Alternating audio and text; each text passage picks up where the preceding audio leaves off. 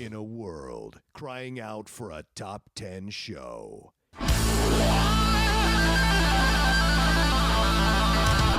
John Roca and Matt Nost are here to bring you the top 10. Brought to you by the Schmoes Know. Take it away, boys.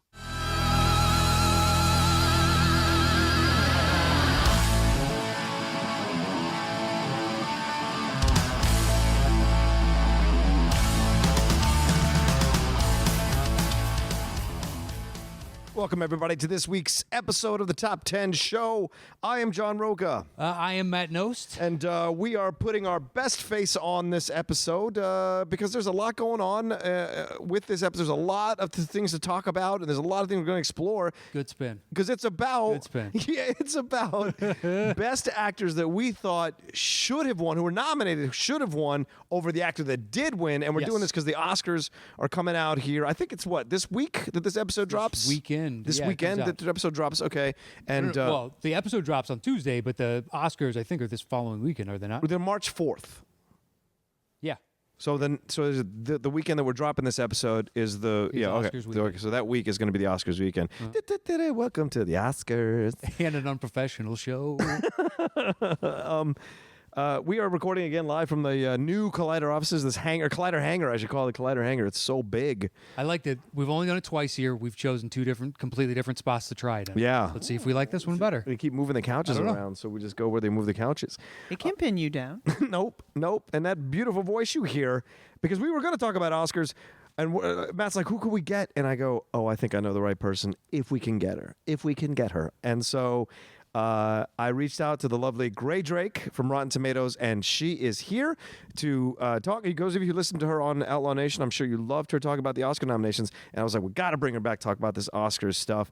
She is the supervising editor. Is that what it is? A senior editor. Senior editor. Yep, That's right. Not the junior, not the freshman, not the sophomore editor. The senior editor of Rotten Tomatoes, Gray Drake. Do not let the pink hair fool you. I am basically a grandma, and that is where senior editor comes from. What? I love Epsom salt baths. Yes. And who doesn't? Thank you. Right? Once you get above a certain age, who doesn't?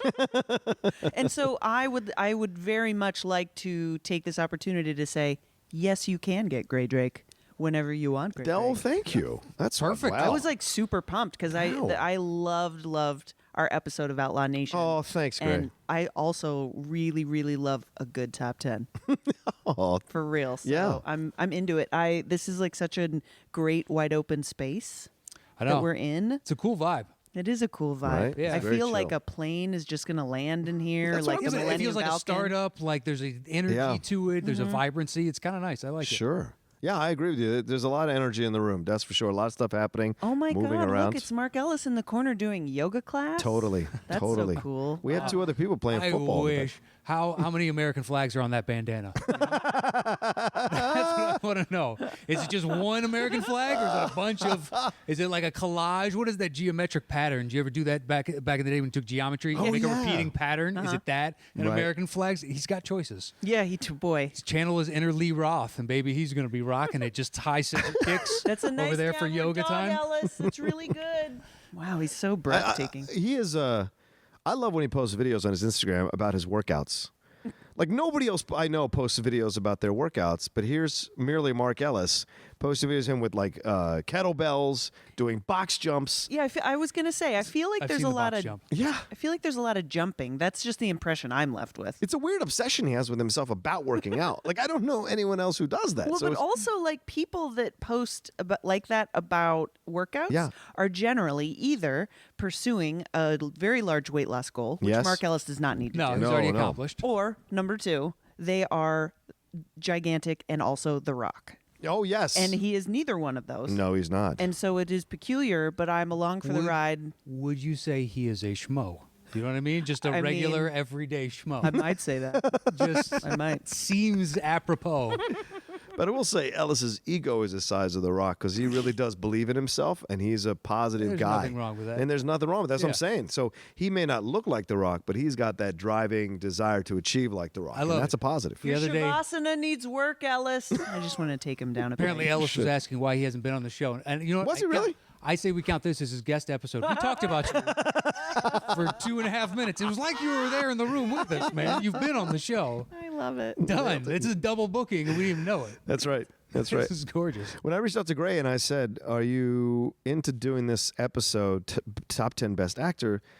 You thought top 10 best snubs in best actor in the best actor category. You thought it was people that should have been nominated and then should have won, and combined with people that were nominated and should have won. There are So there enough was of those every year. Oh, there's a shit ton Oh my of God, them. there's You know so many. They didn't Yeah. get nominated because that's a list of like, dear God, my brain Well- only has so much storage. Agreed. Yeah. And I can't remember. Oh, 1999. Who were the 5 guys I felt got robbed? Like, I don't remember that. You know, I mean, silly me thinking you want to be challenged at this point. Oh, Oh, you're gonna fit right in with that kind of attitude. I like that. What I realized as I started to sit down and really think about this list of actors that were nominated that should have won, yeah. I started uncovering a lot of feelings. Yeah. And I started making notes that had nothing to do with the topic. And there were a lot of people, there were a lot of men that made my list. I had several lists going, by the way, everybody, but the only appropriate ones to talk about were like the people that hadn't actually been nominated. Okay. Then I do want to just point out, just randomly in bold, a note by itself on my list was that Crash won Best Picture. Right. What the actual? I can. Yeah, of course swear you here, can. right? Yeah. What the actual fuck? Right. And then it was question mark exclamation sad face. Yeah. That's in my notes. It has Wow. nothing to do with anything. I but- like There that. are some years where you're like that, and you're like, really? Yeah. This, Oh my God. This shouldn't even been nominated, and Right. it won. This one. Yeah. That's the one for me. Like that's the one where I Yep. don't even like I don't even remember offhand what else was nominated. But literally anything would have been better than that piece of shit movie. Wasn't I hated it. was Brokeback Mountain the same year? Oh, No. it was. Right. What else was that? I think it was And I the was same like, year. listen to me. Yeah. Like smelling a flannel shirt was more compelling than watching Sandra Bullock like be a racist biatch. Oh gosh. That whole movie, though. She That tried. whole movie, Damn it. Everyone was trying. It steers into maudlin, and it knows it too. And Yeah. just like, I don't. Like when the little girl jumps up at the end, I already knew where it was going. And Of you're like, course you "Oh, did. Oh, Jesus. You're a smart person. Oh Jesus. There are like a few of those. I don't want to just start talking shit on a bunch of people. Right. Because we do have a long Right. show, so we probably We jump do in have- because that's a show in and of itself. I'm trying to find what else, but no, we should jump into it. Yeah. So, Yeah. So I didn't mean to open a can of worms, but there were Yeah. a lot of feelings associated with the Oscars. I'm really excited to be here, and I'm really excited to be super cranky about these Yeah. choices. well, and the reason people are this way because we love movies so much, and so we really want to see certain things get. Oh my God! Brokeback Mountain, Capote, Good Night and Good Luck, and Munich were all nominated. Ah. It did not win. I would take every one of those. Me too. Every one. single one of those. Good Find, night. Oh. find another year where you can say that. Yeah. There are a couple of years where just like any of these are deserving. Right. You can make a case on some level to me that any of these are deserving. Now, not that it's up to 9, 10. Yeah. Because there's a couple every year I'm like, that one didn't resonate with me. I get it, but it's Yeah. not for me. Driving was back then, Yeah. only 5? Just like, Yeah. what years are there? Were 4. 4 were clearly better. I wish I could quit you. I feel that way.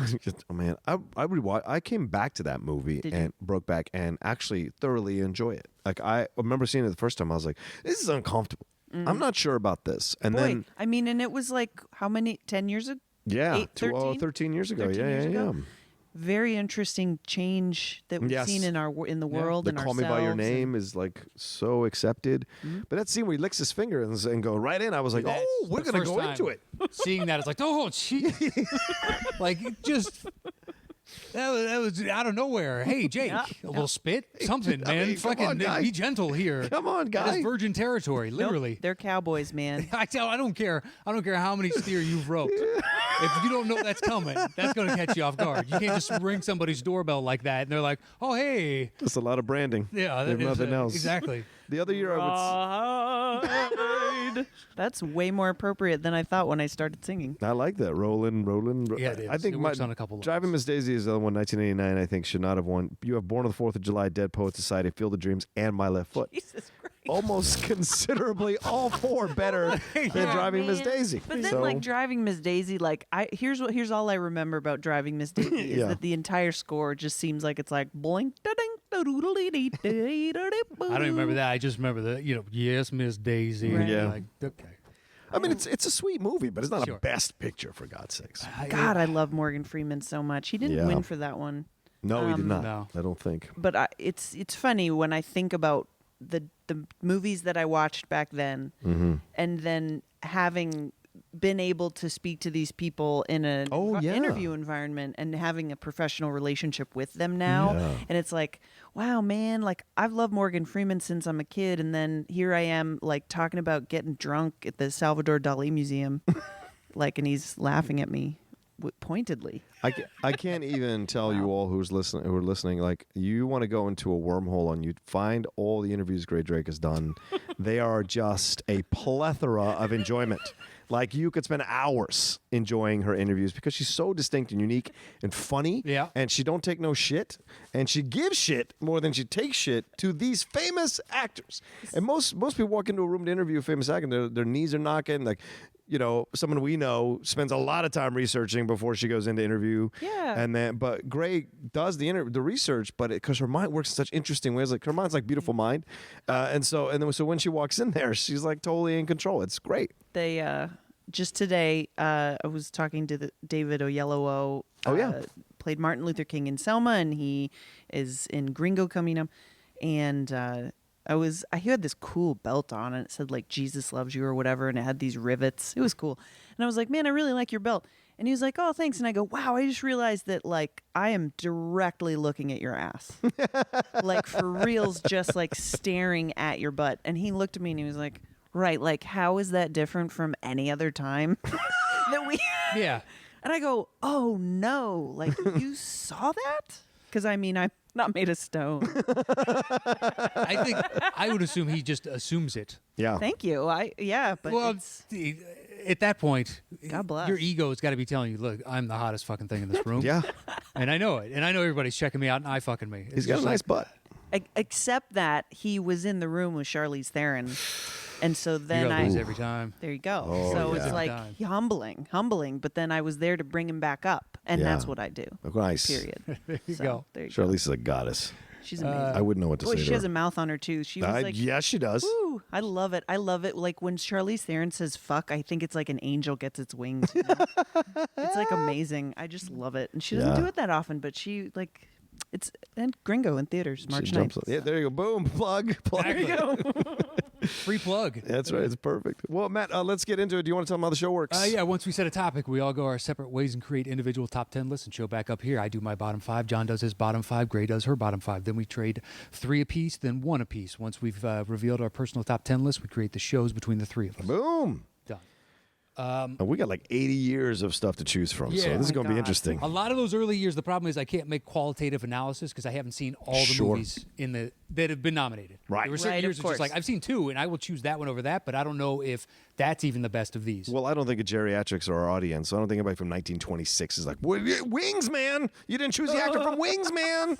You know, I But think there we're are good. other years where just like I haven't seen enough, and that's a legitimate. Yeah, I agree sure. with your point, but I don't know about those other 2. Right. So maybe they're even better. I don't have the slightest clue. It's also that, in other years, I'm just like, what are we talking about here? Are we awarding the best? Well, this is actor? going to be. Like, what are we talking about? This is going to be fun too, because just because you don't like the actor that won doesn't mean that the actor you're going to choose is the same actor I'm going to choose Yeah. if we have the same year. Right, so this right. is going to be madness, and there are I a love couple it. years where I'm willing to accept a couple different names. Yeah, fair. I'm just picking this Oh. one, but you can sell me on the other one too. There, boom. God, I didn't realize actually how generous you are.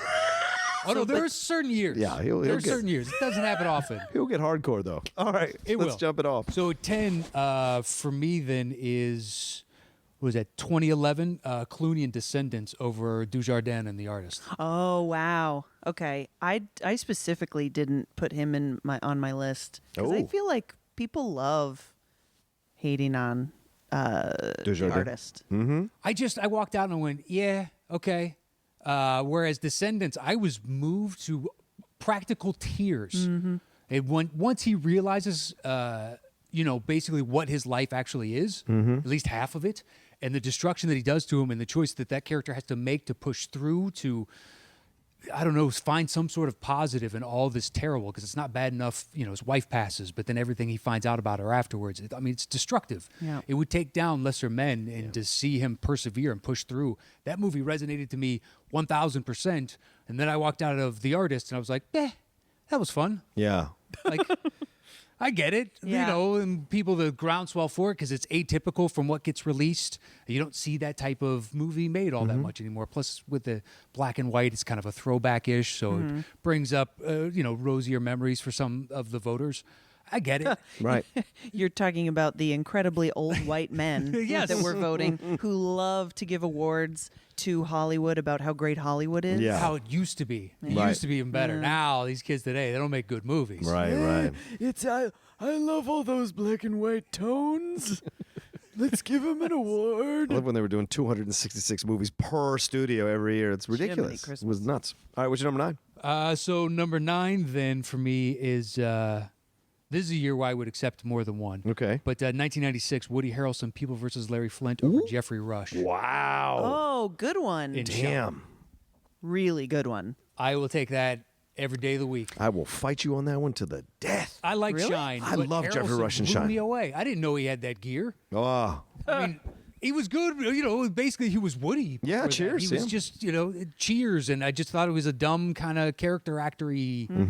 Like, that's what he could do. That was the only thing that it was possible with him. And you see something like this where he transforms into Larry Flint. Because, I grew up in the 80s when Larry Flint was on the news a lot. So I had a visual representation of what that guy was. And to see where he started and ended, like, every time he does something within that movie, Flint, the actual person, I identified with it. I would do that too. You're pulling me in here, asking me for my source. Well, I'm a journalist just like any of these other ones you trying to legitimize. And he doesn't care about the fine. It's the principle of the matter. And he's standing up for, like, eventually, the New York Times, the Washington Post, other people side with him and realize that the underlying argument of what he's making is you can't censor any speech to come from a smut peddler. Yes, but his intentions are something that all of us should be fighting for. Right. And I loved everything about that movie. That's a great point. Yeah, and I consistently forget that Woody Harrelson is so great. Yeah. I don't think he's going to win Best Supporting this year. No, that's either. going to No. be. No. But it's like, yeah, let's remind ourselves Yeah. that he's great. So good Yeah. point. Oh, for me, I push back because I love Shine, and I think Jeffrey Rush this is his announcement that he's an incredible actor. Yeah, I'm and not we've taking gotta- away from him. But I would have chosen this anyway because the only argument I could see negative is that half of the movie he's not in it because it's the child and then it's the teenager, the guy Noah. Who's the actor? Noah something, and Yeah. I forget, he's an Australian guy. I think he was in Almost Famous. He plays one of the band managers in Almost Famous. Wiley. Noah Wiley, yes. And so he does that, some of the stuff when he's a teenager, and then when he makes the change. But Jeffrey Rush is such a heartbreaking film, and when Armin It is. Mueller-Stahl comes in at the end, I fall to pieces. So, but I get your point. Do you know one time Jeffrey Rush I was like, he's like, what's your genealogy? Like, what's your background? And I was like, well, we just found out we're like a weird amount of French and Yeah. that my family's related to Charlemagne. And this really like makes me sad. Oh my God. Because I really dislike French people. I'm comfortable making that generalization. And he goes, Well, now that you're French, it's fine. Yeah, right. he goes, oh, we're all related to Charlemagne. And I was like, oh, Wow. I'm Well, not he can definitely say that. right? Yeah. I'm like, oh, I'm not even Yeah. special. Thanks, Jeffrey. All right, which is number 7? number 8, sorry. Would be 1993, Liam Neeson in Schindler's List over Hanks in Philadelphia. Punt. Oh, man. We're going way higher up on that one. Okay. I don't have it. What? That's fine. Yeah. That's fine. You should have. Just Yeah, I mean, got outvoted clearly. 2-1. So then for number 7 for me is 1999, Ed Norton in American History X over Roberto Benigni. Wow. Oh, okay. Good choice. I get it. I get it. Never been dismissed so quickly with just 3 words. I get it. I mean, I understand. Uh-huh. Listen, is Bernini, does Yeah. he melt your heart at points and do a movie that you kind of seen? Wait. Okay, Wait. 1998? 1999. 99 Yeah. was Benigni?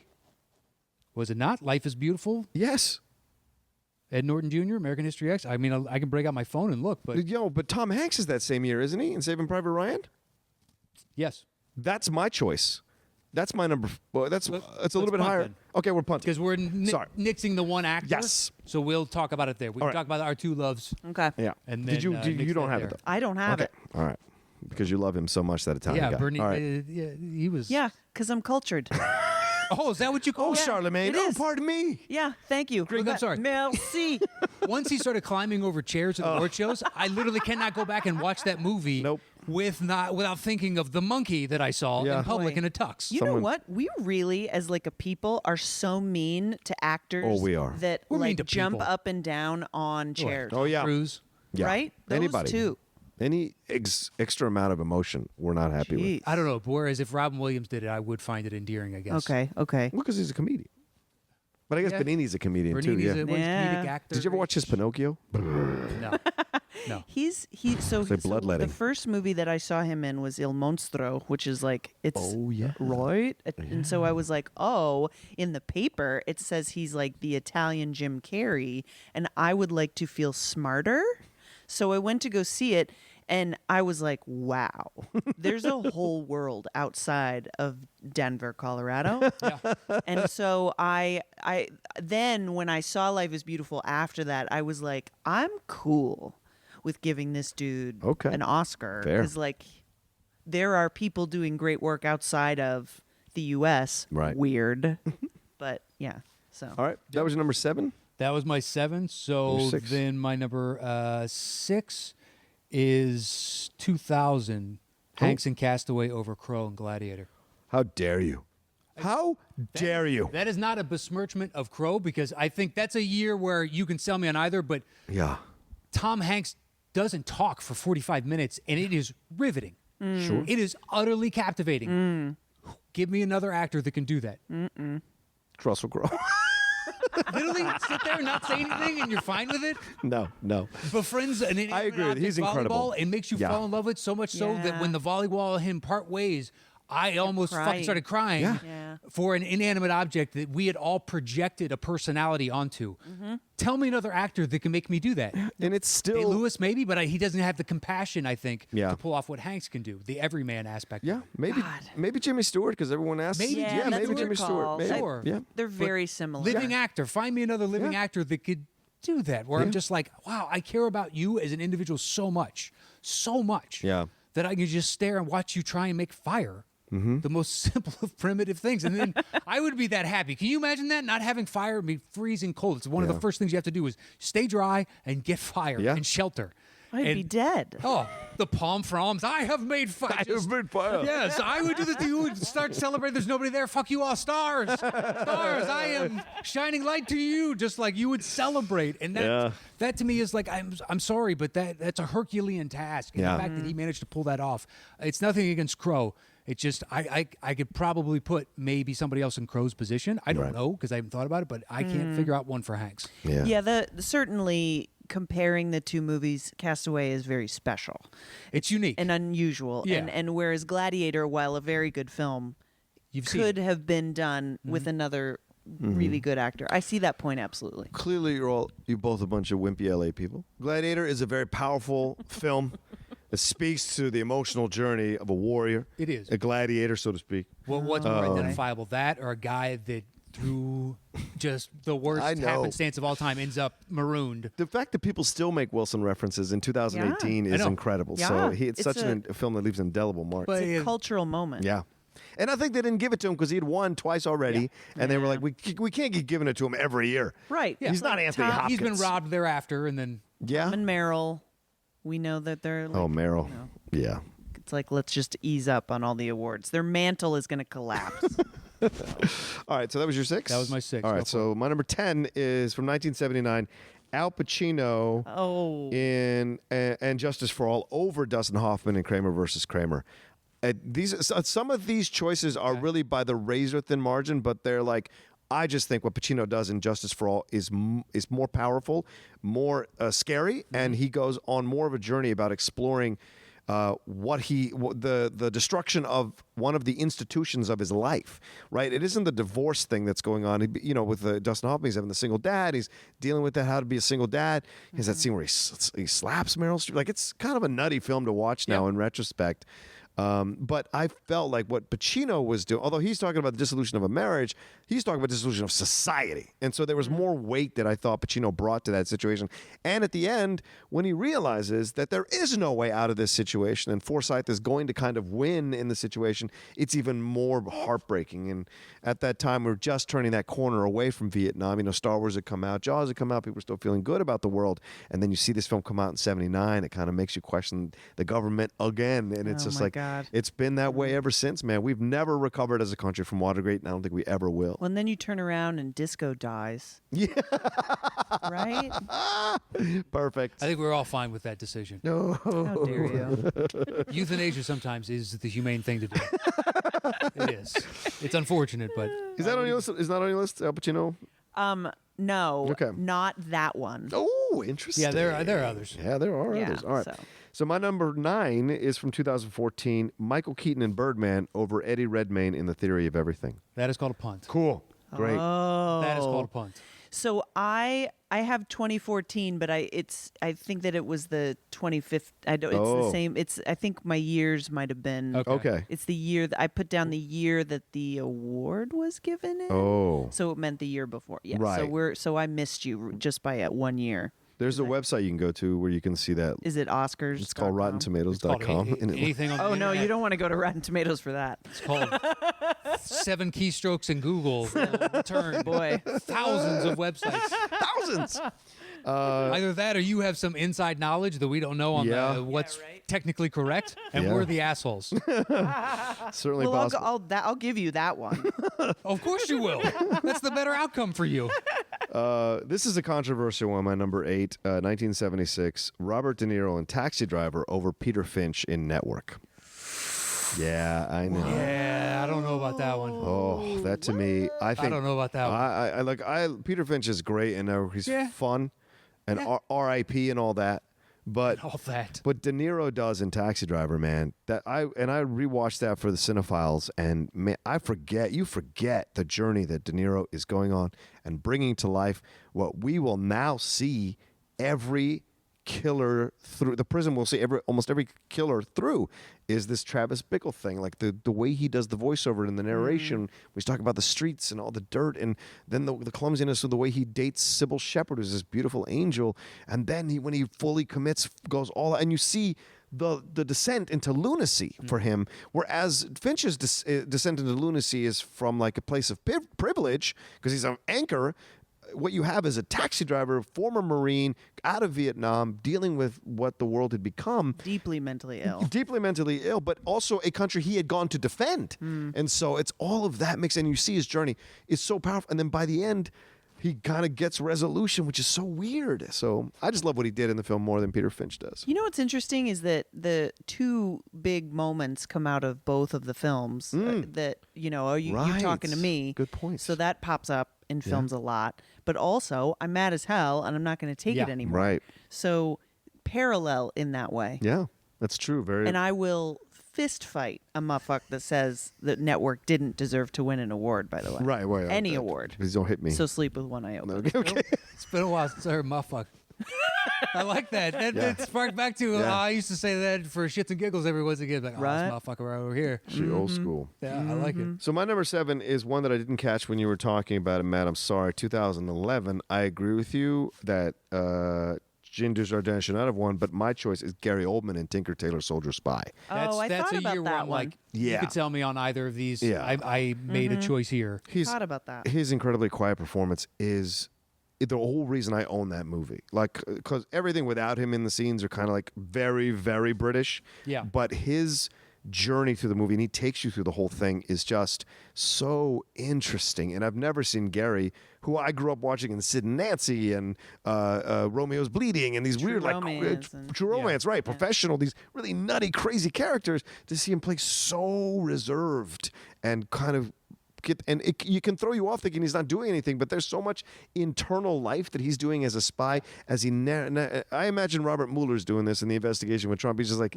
keeping it chill the whole time, and everyone's just giving away shit left and right, and he's just doing this the whole time. And it's full of incredible characters or actors rather, and he plays right off them so incredibly well. It's really satisfying to see him win so many awards this year. Yeah. Because they are very clearly for everything that he has done. Yeah. Because what a gift he is to our world. Well, what you're saying with like to see him pull in reserve, the thing is we've seen him just explode. Yeah. But explode, and sometimes there's massive shrapnel. Sometimes the explosion is just the force of the he comes out with so much violence just through his action and words and intensity. Yeah. That you can still see that in the eyes when he's playing with this withdrawn type of into himself character. Yeah. And in this, and you're like, yeah, man, you don't fuck with Gary Oldman. Trust me. I've seen this dude. Yeah. I've seen this dude. He's a scary dude. Yeah, after The Professional, just like, you can do whatever you want, man. Do whatever you want. I'm cool. You want to leave my house? I'm cool. Yeah, exactly. just You're never- playing with house money from as far as I'm concerned. You So never want to be on the business end of Gary Oldman. No. Never. This Never. is a scary cat. All right, then my number 6 is from 1992. Denzel Washington and Malcolm X over Al Pacino in Scent of a it's Woman. called a fucking punt. Yes. Right there. That's Oh. about how dare you punt. No, Gray hasn't had any of our choices. I So haven't. This is Not a one. This is going to be fun. We're going to sit down and dismiss our list after you rattle things off. So please. That was your 6. Yes. Start us off, my lady. Here we Please. go. My number 10 is that McConaughey won for Dallas Buyers Club 2013 film, and Bruce Dern did not win For Nebraska. Okay. Really? And that to Wow. me is a career. So this is going to be a theme in my list, is that I give away a lot of career awards Okay. because I have worked award season too many years now, and this is how it goes. This is how we give people awards. Right. Like it's like we just mentioned Gary Oldman. Yeah. Bruce Dern, I know you guys. I know he shot John Wayne. Would everyone just get over it? It's fine. He needed to win for Nebraska. It was such a strong, heartfelt performance. I thought it was heartbreaking, and it sort of reignited my love for him as an actor because it made me a little ashamed that I had forgotten him. Oh, fair. Okay. And it's like, and I end up with it's like fine that these guys won. You know what I mean? Yeah. Like McConaughey and Dallas Buyers Club. It's like, great. it's great. Yeah. I wrote down a Geo before for 12 Years a Slave. Like on the side, Yeah. it didn't make my overall list because that was the more powerful, but it was just like, McConaughey was still good. Yeah. I can't beat him down for that, so I didn't make my list. And Dern is at times like the American Michael Caine. Like he'll show up in the crappiest films and the best films. Hey, Jack, and- baby. Yeah, he just never just works. He's in a new movie called Nostalgia, and even his little piece of it, I was like, oh, Bruce Dern, you're so good. Ooh. Okay. So, Paul Newman didn't win for The Verdict. 1982. True. In 82, he lost to Ben Kingsley for Gandhi. Yep. And this is why, Hollywood, you had to give Paul Newman the Academy Award for Color of Money. Oh, you're going Color of Money.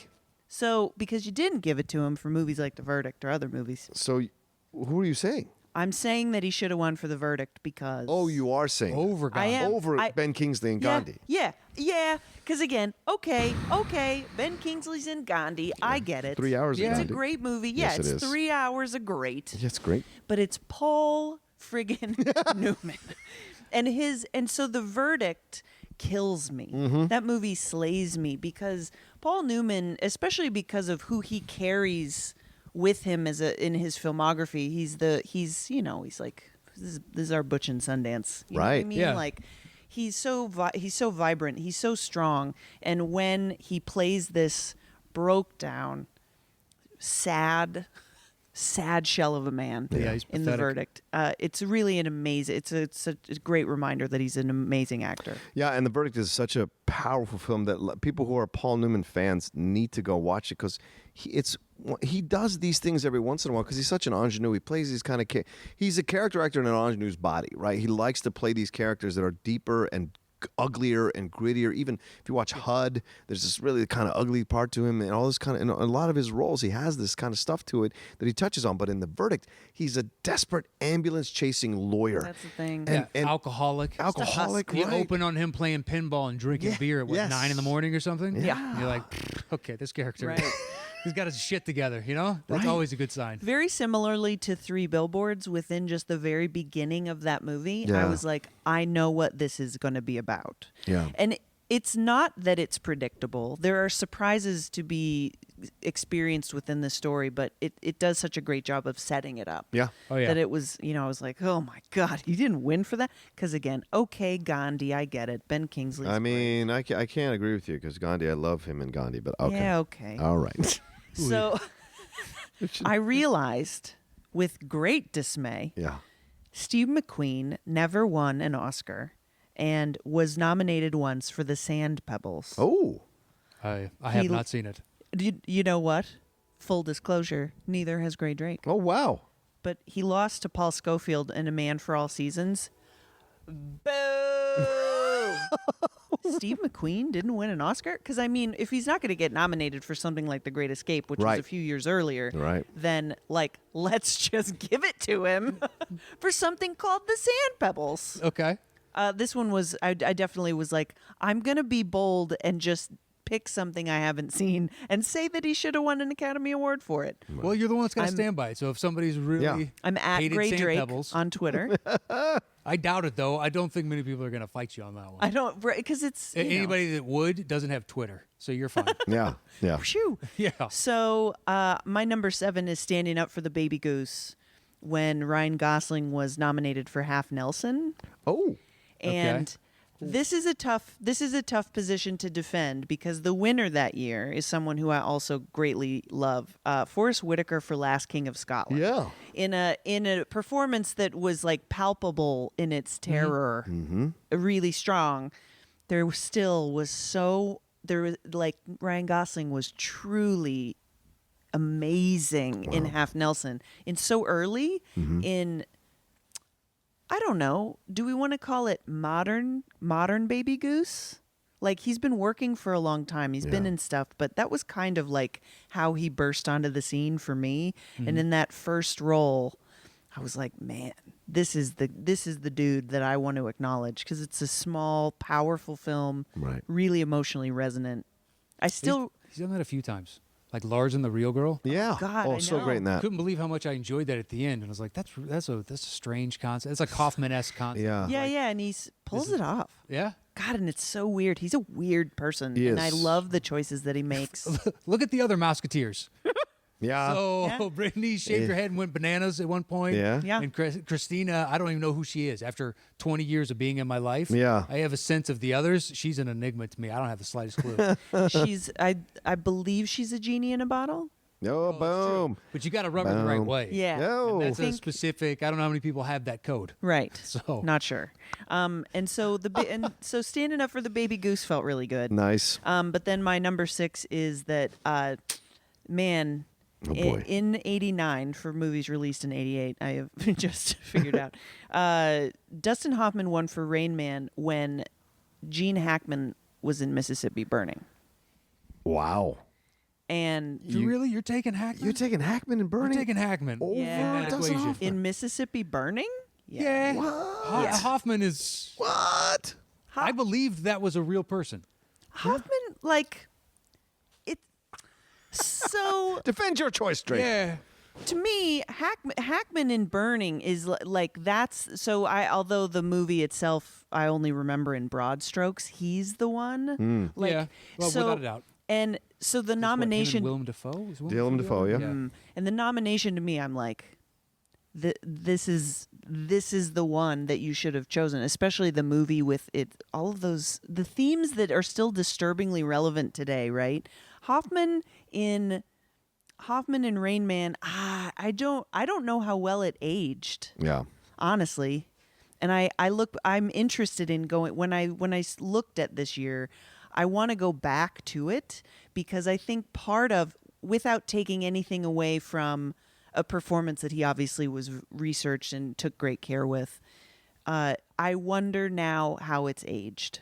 And I wonder how we would respond to it based on 20 years worth of further education and other performances that are perhaps a little bit better informed. Yeah. So this is a theoretical because I didn't have time to go back to Rain Man, but I stand by my Gene Hackman All right. because I feel like Mississippi Burning is still one of those movies, and his performance is one that you can go back to and be like, was this released yesterday? Because it feels like it was released yesterday. He's fantastic in the film, and so is Defoe. And my issue, obviously, now in retrospect, is you find out that a lot of that film is bullshit. And Yeah. that those guys Tremendous actually amount of didn't it. help at Yeah. all, or did small amount, and more was the African American community down there who was helping and trying to make this happen, and they were kind of Oh yeah, that's stonewalling not him. great. And so- Speaking of shit that hasn't aged well, yeah.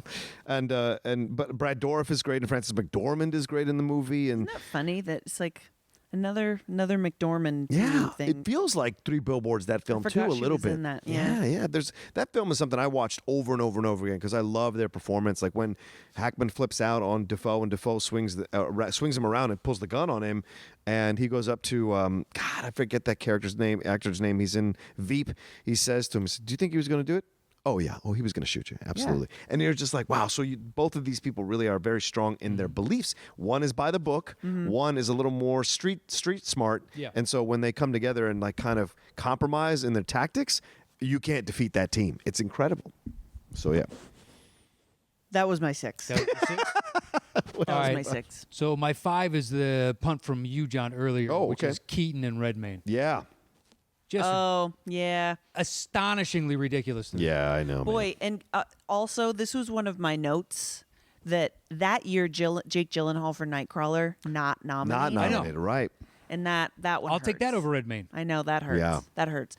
To point out, I supported Redmayne that year because when you look at the realities of filming a movie like his, where his character of Stephen Hawking has a degenerative disease that changes drastically in the film, Yeah. and then you consider how much nuance was in the performance and how they had to shoot it out of order, Yeah.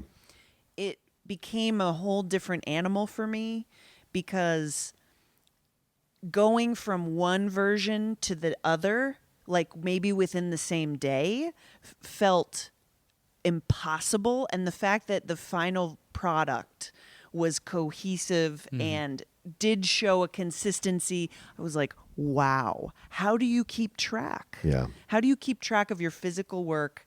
Because it's like, yeah, it's easy for the costume people to keep track of your costume. True. Because they started making his clothes bigger towards the end to make him seem shrunken. Yeah. Etc. That's easy. The performance is hard. So I supported him at the time, and I think I stand by him now. Well, I loved what Michael Keaton did in that film, and it was heartbreaking and incredible, and it reminded you what an incredible actor he was. Yeah. And this happens, right? And one of my choices, which is at the top of my list, is coming up. Same thing. Gone away for a while, comes back, blows the doors off, finds the right role, and now he ends up in Spider-Man. Like, there was no way they were going to cast Michael Keaton in Spider-Man Homecoming Yeah, why would without you? Exactly. Birdman. And so the founder... Or Spotlight. Or Spotlight, right. Like, yeah, he had a huge run Yes. thereafter. Yes. Yeah. But That's true. within this, it's almost biographical. Yeah. True. Because he was the first, like when Batman was huge, right, they brought it back, and right. nothing had really succeeded, since Superman? Right. So he became the face of an entire, idea, concept for kids. Yeah. Like, this is a superhero. And to play something that is almost tongue-in-cheek, I could have been this guy. Yeah. Like, had I, because... what was it? At one point, like they're talking about if this does well enough, we can revive the franchise. And he was offered the third Batman. And they tried to pay him $20 million before guys were getting $20 million to come make this. And he's just like, I'm out. I don't want to do this anymore. And eventually it just seemed like he would only cherry pick the projects he wanted to do. And for superhero culture to get so big to have this movie that could exist and he could do it, and it's just like, God, I love Michael Keaton. Yeah. I've loved Michael Keaton since Gung Ho, Yeah. Mr. Mom, Mr. Mom. Dream Team. yeah, Dream Team, Night Shift. all of Yeah. it. Yeah. Going through, I was like, man, I love that guy, and he just disappeared from my life. Right. and he comes Mr. back. Multiplicity. Multiplicity. It was nice. That yeah, was his well. last good one, and then he went straight. He started going Jack straight Frost to DVD. or Jack yeah, Snow Jack or whatever Frost, that one. Yeah. That was bad. Yeah. Yeah, he had a couple. In He there. started doing those straight to DVD ones for such a long time, and he had like that one about the white. He had White Noise, that White Noise one that was a horror one where you could hear the. Oh, yeah. He was in that, and I'm then sorry, excuse me. EVP phenomenon is actually a recordable thing. That's like true. Don't shake your head at me. Yeah. No, thank you. and then You're a dick. Did you hear the ghost just then? it was pretty clear. That is realer than the ghost. That's the best part. That actually happened, as opposed to the spectral entity of a person that long since been deceased manifested itself to say that. Yes.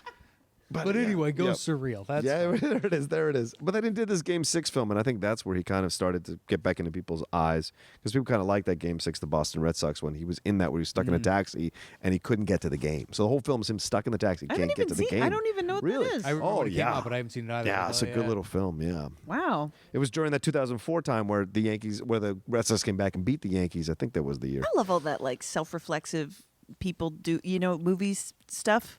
Like let's hold Do you on. wanna try that sentence Actually, again? excuse me, I think I just had a seizure.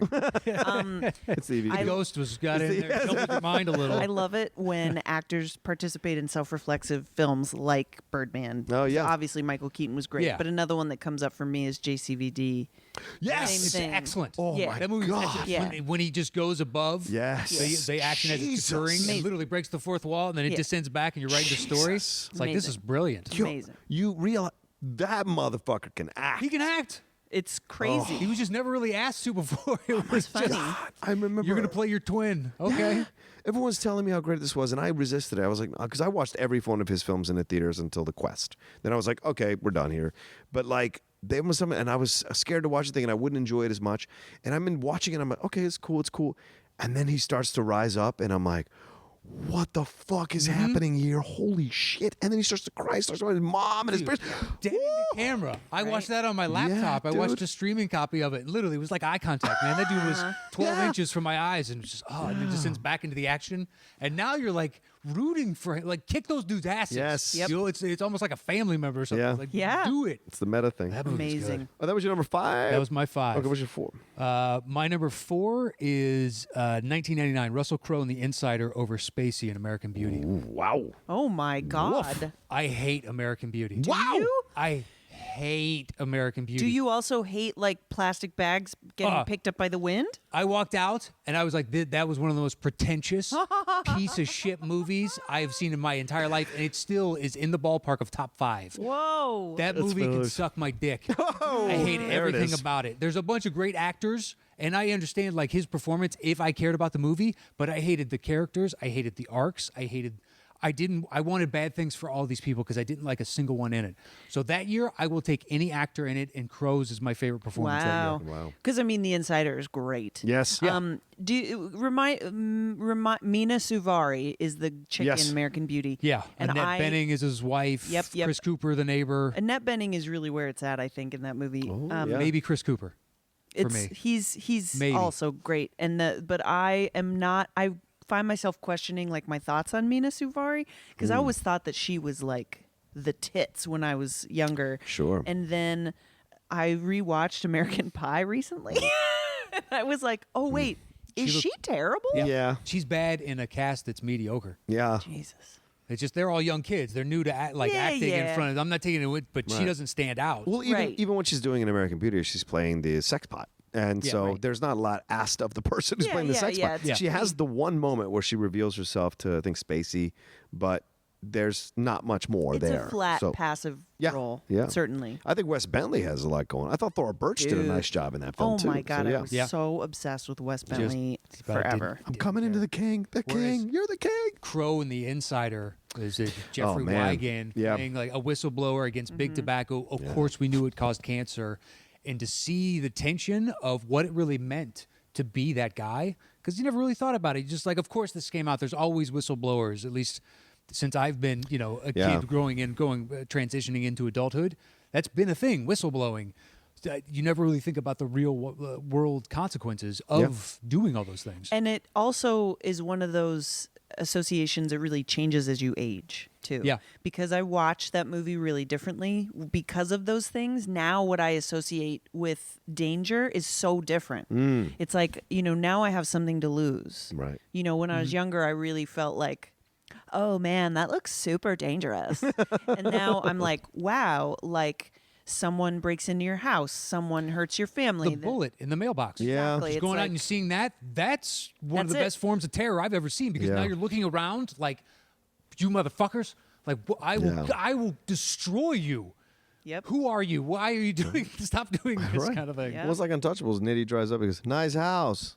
I Yeah. said, nice house. Kid having a birthday, huh? And you're like, the fuck? Yeah. Yeah. He had like Russell Crowe, man. Those few years in Yeah. there, just like movie after movie, benchmark after benchmark. Yeah. It's pretty amazing. So then my number 3 is 1964, Peter Sellers in Dr. Strangelove over Rex Harrison in My Fair Lady. That is one of my honorable mentions. That's a great choice. Look, I didn't Rex even- Harrison is fine.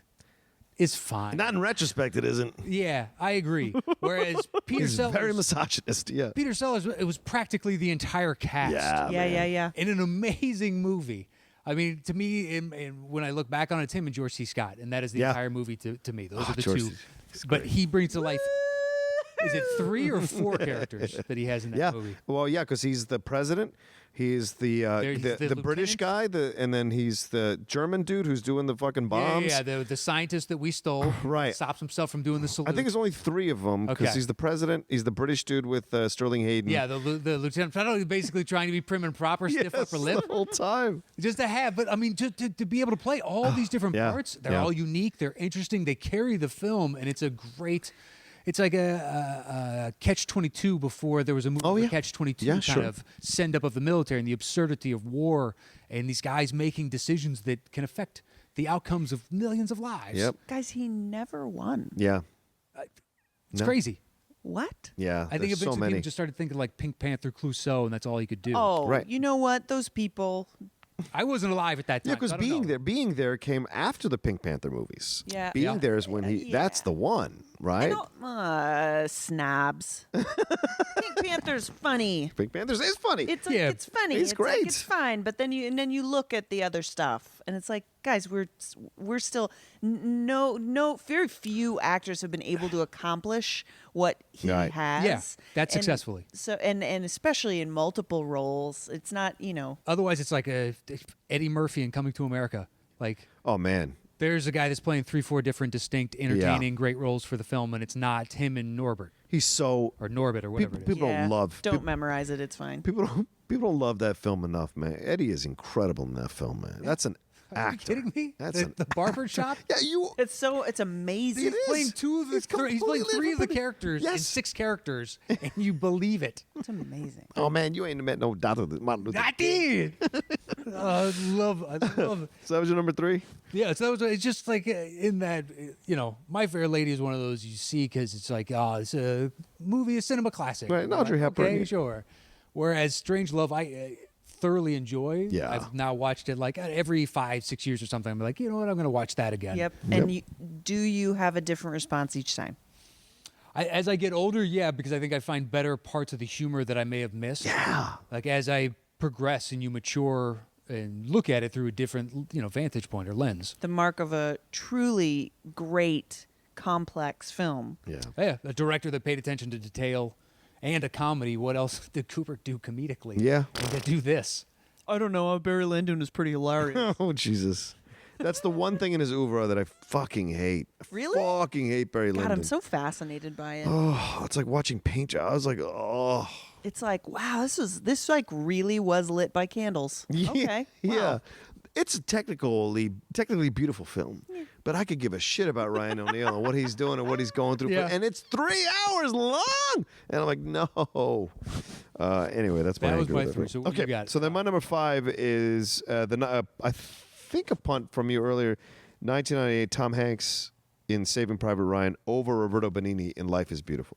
Well, yeah, right, it's yeah. the same year. Yeah, same year. I took Ed Norton. Right. right. And Well, either only way. 'cause Hanks is part of an ensemble to me in that, whereas Right. Norton is the film. Well, I think Hank stands out from that ensemble. Yeah, oh, That's yeah. why I choose him, and I love him in the movie. And the only reason I even remotely watch that movie is because of Tom Hanks. It isn't because of anybody else. Be honest, it's because of me. Because of this show and me and loving it so much that you've had to go back and rewatch it a couple times. We've had wars, Matt. And I. Matt loves that damn film. Matt, It's awesome. He That cries movie every is time. awesome. So for me to not put it on the list, it's just like, to me, it's like the camaraderie that he builds. But I'm Yeah. not taking it away. I love I know. everything about it. To me, the stuff that he loves is cheesy in that film, and I don't like it. Oh, And- fuck you. Tell me I'm a good man. Yeah, Tell the me I'm a man good stuff man. is cheesy. Single tear. Single tear. tear. I can't And I even. literally said, fuck you, Spielberg, after it was coming out. You did a pretty Demi Moore cry, circa Ghost. Is that bad acting? Son of a No, bitch. no, it is. I thought No, it was in she's the good moment in that living movie. it. She is good in maddeningly Ghost. perfect. Yeah. And when you cry, the single tear, that's how you know shit She just is- got real. Look, I'm part Cherokee. Is as if trash. had just Oh flown my across the room. God! Oh, I'm 1/8 Cherokee. Just tear. Yeah, Free- yeah, tear. that ad campaign didn't work. With you an kids Italian find actor, that- by the way. Find that gentleman is 1970s. Italian. That's right. Find the 1970s PSA for you guys, for you young people. But yeah, I think Ryan is great in the movie, or Hanks is great in the movie, and he really does carry the most. I mean, when he has that cough cry, man, I'd never seen that on screen before ever. When Ribisi has died and they're all like doing what they're doing, he pulls off by himself, and Mike. he can't hold the fucking map, and he starts like It's the compass. Yeah, He's the got compass, in right. his hand, and then that's when he realizes he has to acknowledge what he's going through, Yeah. and the fact that all his men now have seen fear in him, Right. Are seeing like a part of him is crumbling. yeah. Yeah. So all of it's so great, and then at the end when he goes, "Earn this," boom, it's great. Boom. Yeah. So, all Yeah, right, for me, the Ed Norton is just within American History X 2. Yes. Outside of the basketball scene. yes, Outside of the basketball right. scene. The curbing, yes. Which is his worst acting, I think. Just in that, in no way did it look believable at all that you could have beat anybody. It looked like Stanley from The Office when he starts dribbling with the one hand. And Steve Carell is like, you got to be kidding me, because he was being racist by putting Stanley on because he's the only Yes. black guy. And he is easily the worst. Nobody on that court should have had any business trying to act like they should have chosen handball or something. Like Yeah. a different sport. These are our courts. Just there are other things they do in Venice. Yeah. But outside of that, like, wow, like I believe that character started in one place, and you understood once they did the flashbacks where his father was killed, Yeah. and why it would push him down this path, and you're at such a corruptible age.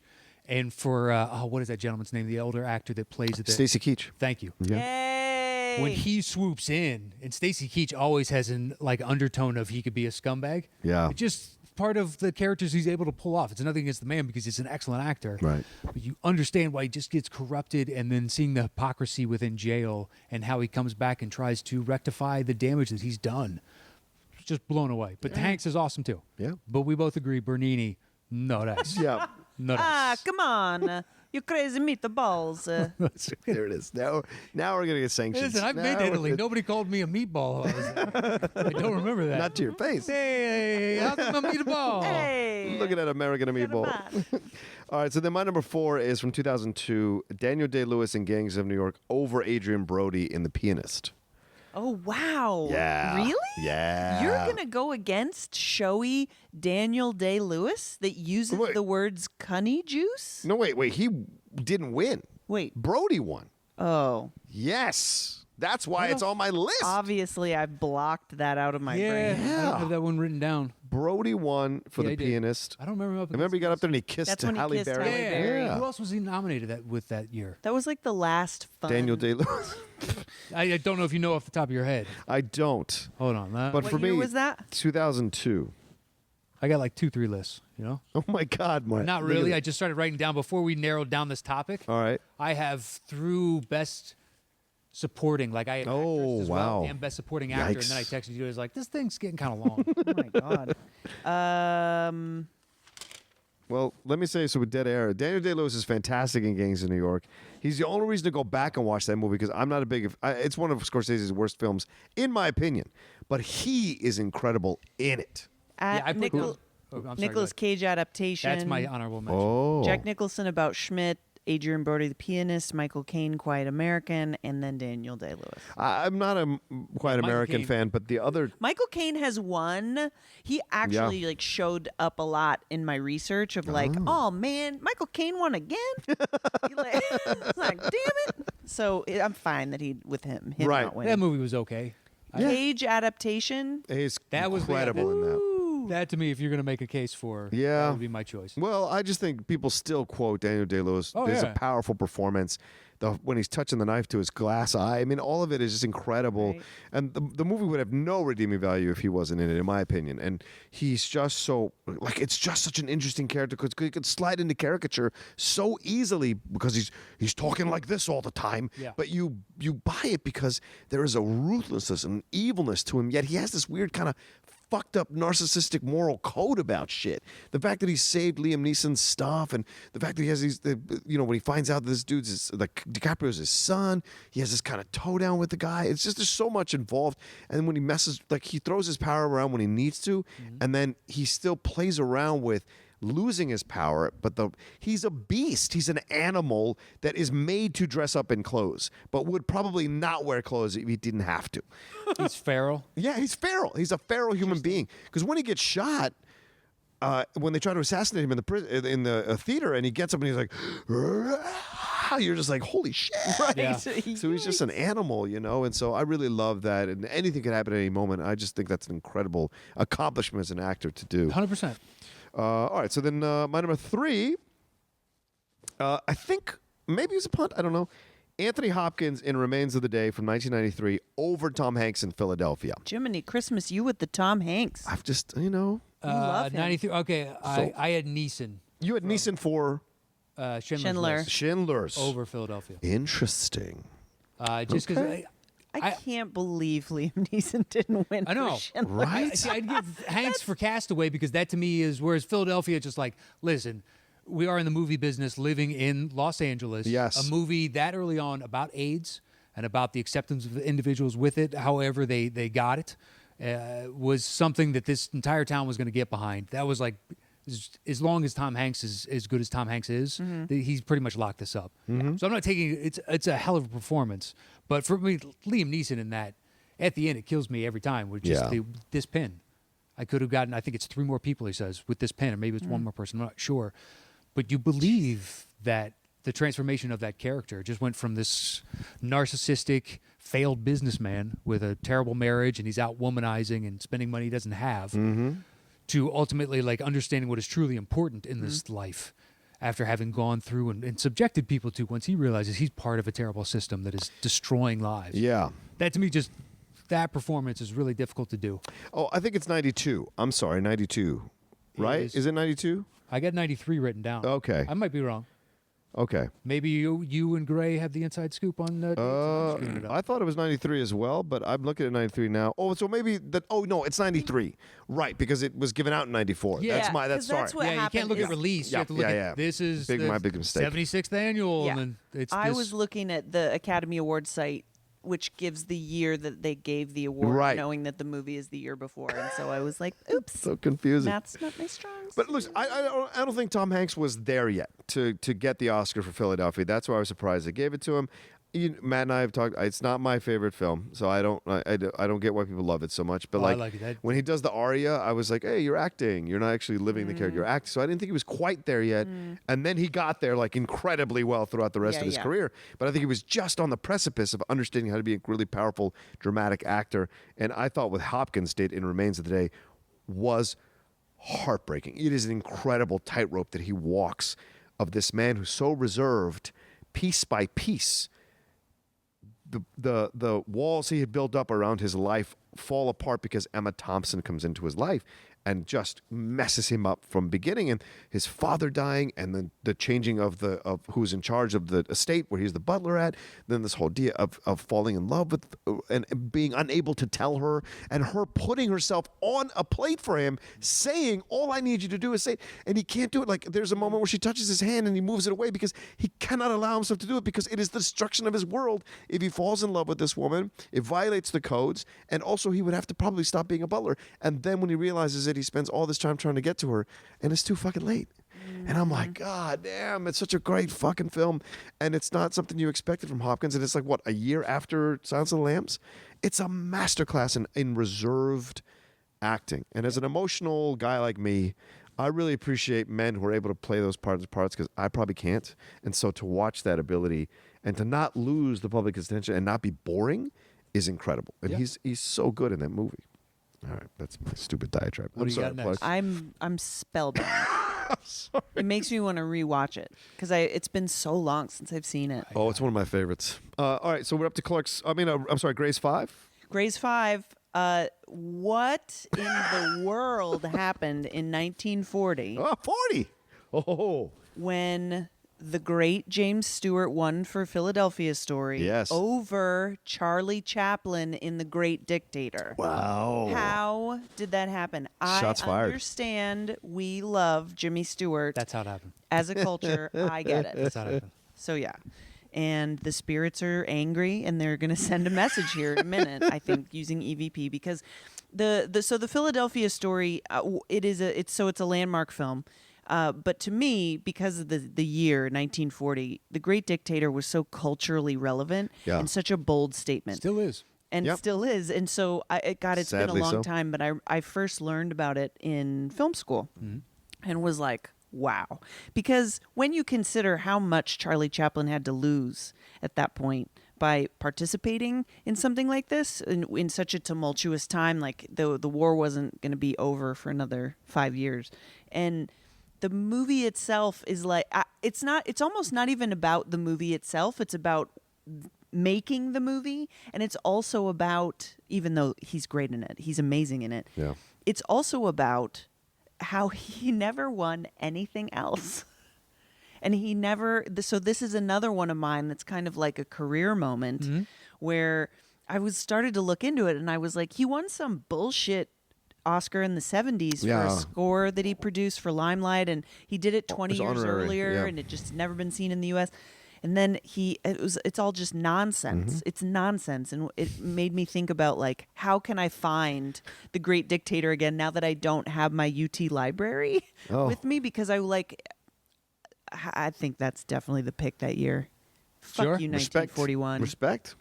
My number 4 is, oh God, so Gary Cooper won for High Noon. guys. Oh, this is a good choice. Okay, so he won for High Noon, I almost put this on my list. but it should have been Gene Kelly for Singing in the Rain. Yeah. Okay. And so High Noon is another film that it shaped Westerns, and Sure. it's so beautiful in its symbolism, and his performance is so notable. As again, a lot of these roles that I'm thinking about are it's sort of like Isolation, and these actors that are really selling these men in really difficult, lonely roles, right? So that's Gary Cooper for sure.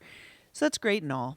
Yeah. But not your cup of tea. But then there's Gene Kelly and Singing in the Rain. And Singing in the Rain is like such a landmark moment in movie history, and his character. Yeah. It's so, and this is another movie that I watch differently as I live in Hollywood and can see kind of behind the curtain.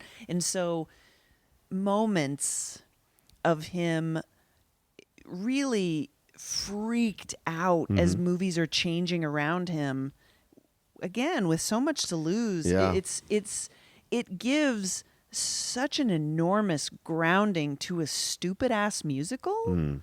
It's like in it's him. And when I watched his dancing when I was young, the thing that I always really loved was that, not very different from like Fred Astaire and these other great Hollywood legends, he was so masculine. Yeah. And he was so, he just had these characters that were so different from what was going on in Hollywood musicals. Then when you add on top of it the particulars of Singing in the Rain, I'm like, how did he lose? Yeah.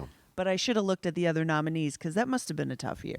Yeah, maybe. Like, I don't know, because it's like, okay. Because certain years, like the vote gets split between these two because maybe they're really similar. Or it's two Right. people from the same movie, or it's Yeah, like, oh, those two are always nominated, so Yeah. we're not gonna vote for them, kind of thing. right. Yeah. Well, Cooper, the film is only an hour and 20 minutes long. Yeah. High Noon is not a long film. Yeah. And But it's simple and elegant. It is, It it is. accomplishes what it sets out to do. I watched it again the other night, and I sent out a tweet and I posted an Instagram thing with like, Grace Kelly is the real hero of the movie, because they've always pitched the idea that it's High Noon, it's him by himself against these 4 guys. If Grace Kelly doesn't come off that train and shoot the one dude in the back and like hit the other guy who's the main villain, to give Cooper enough time to pull the gun out and shoot first, Yep. there's no way he survives. And so this whole idea that it was pitched as this one man against them all is actually a lie. And so I was like, this is not true. So Gene Kelly and Singing in the Rain is everything she said is everything Grace said is right. And you could throw an American in Paris, in my opinion,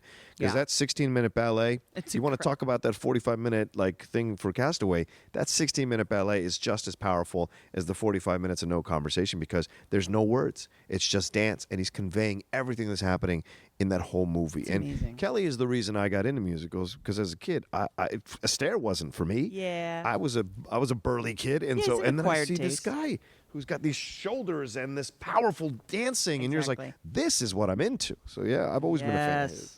All right, what's your number 2? Or, number 3. Oh, 3. Sorry. My 3 is River Phoenix was nominated for Running on Empty, and he lost to Kevin Kline for A Fish Called Wanda. Wow. And so it's been a really long time since I've seen Running on Empty, but I might want to see that again. No, Just say, really? compared to A Fish Called Wanda? okay, I just rewatched Fish Called Wanda. Okay. Oh. I've seen it in the past like 9 months. Running on Empty, No. Fish Called Wanda. What was like? You just said you haven't seen Running Right, Empty it's been in a long it's time. been a long time. Right. Yeah. And so Fish Called Wanda, I mean, I get it. it's those 3 words. Those 3 words again. Yeah. This is her Gonna be my French favorite. stuff coming out. I hate the Fucking British. Charlemagne. Fuck the British. So this was why do I keep running into these characters about dudes who are like really isolated and haunted? Yeah, huh. Right? This is like my theme for guys that I wish would win. This one kills me when I started like delving into it and was like, yeah, this was like this was his time. Yeah. This was his shot. And that's not for me, that wasn't why I wanted him to win because he, but at the same time I was like, oh God, could you imagine what our movies would be like now Yeah. if he hadn't have died and passed away? And See, don't you think if he won that, then his demise is even quicker?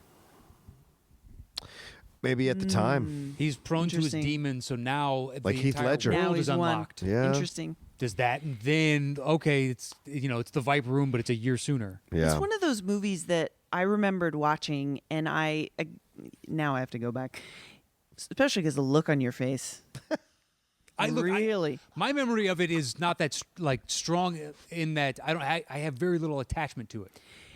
I remember watching it so when I was younger, and because it's like, oh yeah, this is Stand By Me, and okay, and I remembered watching it, and I was thinking like, how much of this is acting, and how much of this is him? Yeah. Because the way that it's tortured, really tortured, and I was like, wouldn't it have been amazing? I would have loved to have seen that one. That was 88. I think it was. I didn't realize that Kevin Kline won the Best Actor for. Yeah. Yeah, isn't that crazy? That doesn't even wow, really? There was nothing stronger that year. There's nothing against him. Isn't that funny that because A Fish Called Wanda is such a great film. Yeah. It is. I love Kevin Kline, but that movie is an ensemble, and I don't know how you There's call him a so- lead. I and- thought he won for best supporting. yeah, I would assume supporting because you can make a case that they're Did I all get that supporting in wrong? But I don't want to. I think you did. I'm Yeah. disqualifying on my third? Do you have an honorable mention that you want to throw in? Well, Yeah, best actor here. in supporting role in Fish Called Wanda. Yeah. Oh my So- I don't remember him winning for that. but Yeah. okay. I mean, DiCaprio not winning for The Aviator in 2004 Okay. Over. was. Hold on, I'm missing in my notes. Who was I don't. Did I write it down? This is the thing that sometimes when you do these films, you Yeah, gotta right? Oh, explore the no. years. Okay. Yeah. 'Cause there's so many incredible yeah. actors Oh, that are nominated. Wait. What was 04? What Talk to now? me. 04. I don't have it written down anywhere, so I was Hold completely on. content apparently. So with whatever, so whatever you're saying. Oh, okay. Hold on. So this was the Johnny Depp Finding Neverland year. Oh yeah. Don Cheadle for Hotel Rwanda. Clint Eastwood for $1 Million Baby. Yeah. Leonardo DiCaprio for The Aviator, and Jamie Foxx for Ray, the winner. Right. And so to me, instead I'm going to shift that around then. Okay. Because I didn't yet, and I'm gonna say Cheadle didn't win for Hotel Rwanda. Like, wait a Powerfully minute. said. Powerfully said. What? Who did win? Jamie Foxx? Jamie Foxx won for Ray. Yeah, I agree. I love Jamie Foxx and Ray. Yeah. It's great. It is a great performance, right? But Rwanda is next What? level shit. I can't believe he didn't win for that. Yeah. So actually, thanks, Leo, for leading me to who should have been the true winner. I think that year is a dartboard. You can sell me on any of them. Really? I'll take just about any of those. They're Wow. all Johnny like, Depp and Finding Neverland. no, but So DiCaprio, him not on the dashboard. Jamie Foxx, Clint Eastwood, Clint Eastwood. Yeah, what was, Million Dollar Baby. what was the fourth? and then Don Cheadle. and Don, Johnny yeah. Depp. Yep. Sure, you could tell me on any of the four. Yeah. Yeah, because The Aviator, God, Leo was great in Yeah. that. Ooh, he was great in that. He it's is like good in really that. changed my view of jars with yellow liquid in them. Oh, hello. Best Howard Hughes we've seen, I think, in my opinion. I agree with that. It's the closest to real. Yeah. I mean, Robards was Literally, great. After that, it's Mr. Burns on The Simpsons. Yeah. Well, Robards was great in Pursuit of D.B. Cooper when he played Howard Hughes. I'm dating myself. That's a 70s film. I apologize. All right, so My number two. what's your number two? We're my running out number of time. two is 1992. Denzel and Malcolm X over Pacino. Oh, so there's a punt. Yeah, there's a punt. Oh, yeah. Yeah. This to me is a.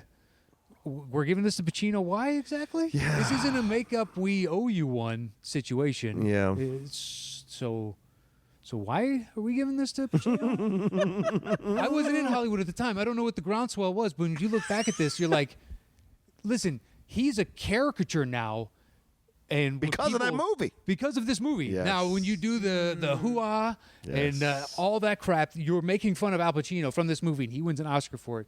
Whereas Denzel became Malcolm X. Yeah. Like Well- sold the other side of the civil rights movement to me in a way So that, good. that I didn't know existed outside of like an academic sense of this is who Malcolm X was and this is what this was his message at the Yeah. time. I'll tell you what the groundswell was, which was just that, oh, Al Pacino hasn't won. Yeah, in a while. Or So whatever. we need to Or hasn't won, rather. make Yeah. sure that Was that he- his first? Yeah.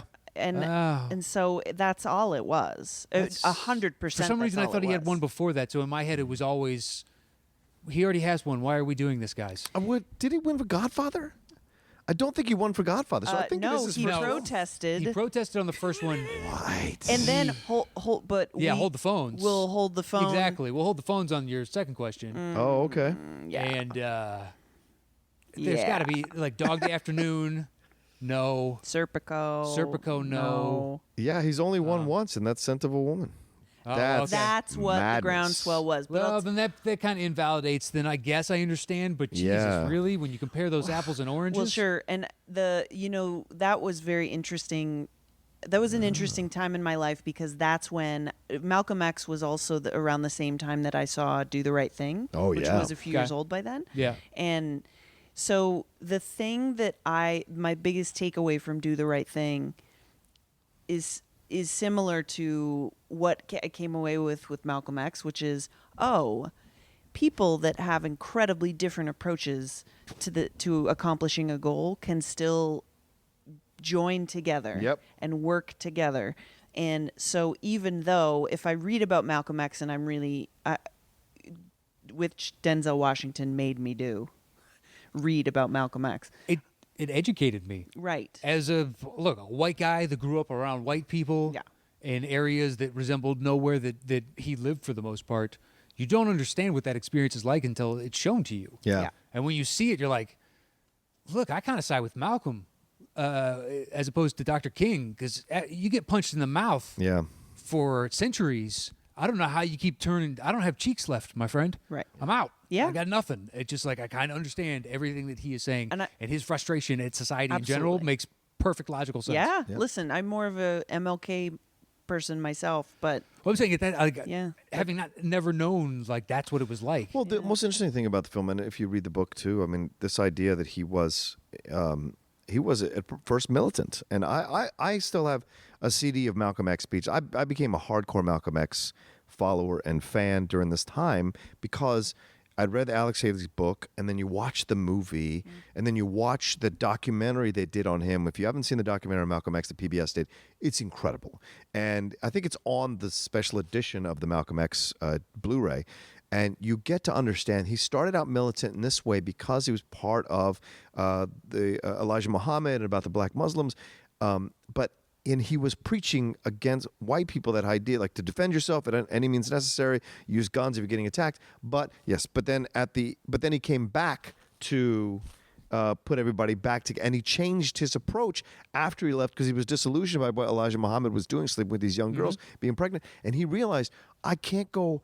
I went from hardcore one way, all about the white man when I was growing up and like trying to be white, to hardcore against the white man. Then I realized the middle ground is where I have to exist. So in a way, he's killed just as he's about to make this incredible change. And I think he would have supplanted King in a way that he would have been a respected leader going forward in our country, because he had learned that whites and blacks have to learn together on that final trip to Egypt and to Mecca, that he realized that he saw white Muslims and black Muslims being equal with each other. So he thought it was possible. He was still building up to that point. If he hadn't been assassinated, I really think he would have, because he didn't cheat on his wife like MLK did. They found all this evidence of MLK cheating on his wife numerous times. And so he would have supplanted him in a way, morally and spiritually. Maybe. I think so. But yes, fair enough. Did you play those Malcolm X speeches like on dates or anything? That would be like pretty hot. Baby. Listen, this is the best one. This is the best one. If you don't agree with this, you should probably just go ahead and leave right now. Plymouth Rock didn't land on us. Okay. Cool. All right. So then that was your number 2? That was my number 2. So what do you got? Okay. So my number 2 is from 1962. Peter O'Toole and Lawrence of Arabia should have won. Gregory Peck and To Kill a Mockingbird should not have won. Okay. Did he even get nominated? Who? Yeah. Peter O'Toole was nominated. O'Toole was He just nominated? didn't win. Okay. Because I thought that he hadn't gotten nominated, and that made me really mad. Oh no, he was nominated. No, just And it's a bunch of that's bullshit. Stupid. Yeah. That's stupid. Look, 'cause- guys, what are we talking about here, huh? What? Are we a group of assholes? Or What do you really mean? going to say Gregory Peck didn't deserve? It's Gregory fucking Peck. What does he And do Kill in the More- film that's so incredible? Right, but God. He has no Lawrence of arc. Arabia, He's a good guy from beginning to end. There's It's no like- arc. It's like you have hysterical blindness sometimes when you watch movies. That you see the majesty that is before you. I'm not denying denigrating that. O'Toole, but Gregory Peck is just iconic in this. Yes, iconic in what, but there's no arc to him. He's a good guy from beginning to end. Because the Nothing audience- changes. the Scout audience changes. Watching it and educating ourselves as to basically understanding that we're all people and we Right. need to, like, life is hard enough. Let's not shit on each other as we're going through this. Oh no, I get the message of the movie, but he's a cipher. He's not an avatar for us. He's not actually going through an emotional turmoil I knew- or change. I figured there's actually going to be another O'Toole instead. No, this is his greatest one. Yeah, but there are other years where you can make a case of you can't make an argument that any of these guys were better than him. Whereas Right. Peck to me, I don't think you can, compared to the journey that O'Toole goes on in Lawrence of Arabia, and from beginning to end. preach it. Okay, because he's like, he's a map guy creating this stuff, and he's kind of weird and he's different, and then he goes onto this journey. You go with him, this hero's journey, and then but then he costs people's lives, and what that does to him, and it just What it destroys does the to his idealism. baby blue eyes. Yes, baby blue eyes. It destroys the idealism, and then he turns into this kind of blood-hungry monster in a way as he's exploring this. So you watch him vacillate through these things as he grows as a person. So by the end, it's tragic, and the way he dies is tragic because the film begins with his death. It's tragic the way he ends up because he could have been this incredibly beautiful symbol of change, because he wanted to also do the same thing that Gregory Peck does in To Kill a Mockingbird. He's trying to destroy the racism against Arabs from the English and and let the Arabs self-rule, self-govern. He's trying to give it to them in a way, and by the end, he's destroyed by everything he's tried to do because there are people higher than him rigging the game. And so when he realizes that it is the destruction of this idealistic, bright, young, incredibly beautiful, gorgeous young man to be in the film, to this broken husk of a man who's going back to his home, done with being in the desert, done with trying to help the Arabs, done with trying to be part of the British army. Because he never was part of the army. He never officially joined the army.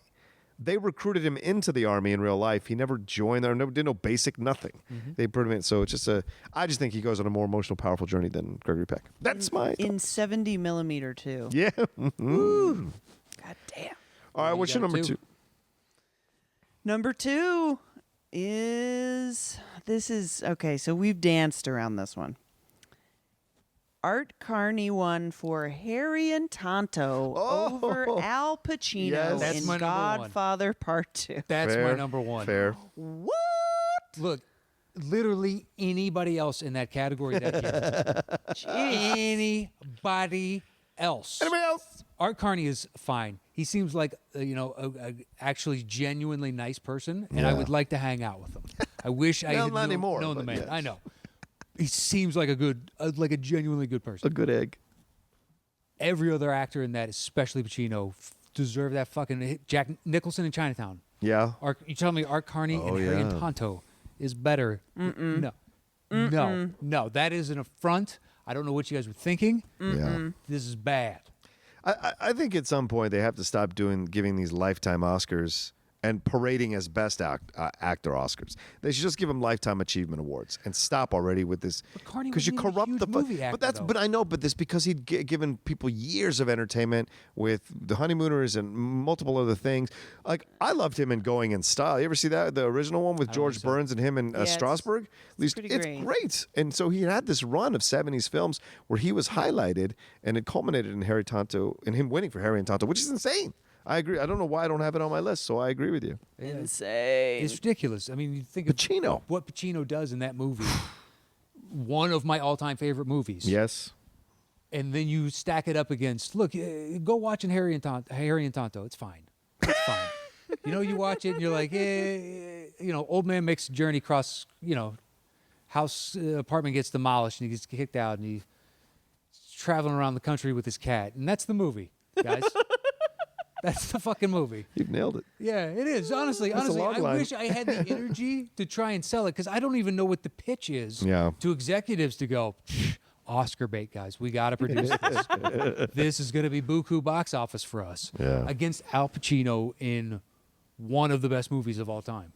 Yeah. Absolutely carrying it, transforming himself into a monster right before your very eyes. And the entire arc of the character is something to behold. Yeah. It's taught actors generations after, hey, here's tricks of the trade you can pick up and nuance. And, there are numerous performances within the 70s that do that. And this is one of the most iconic ones.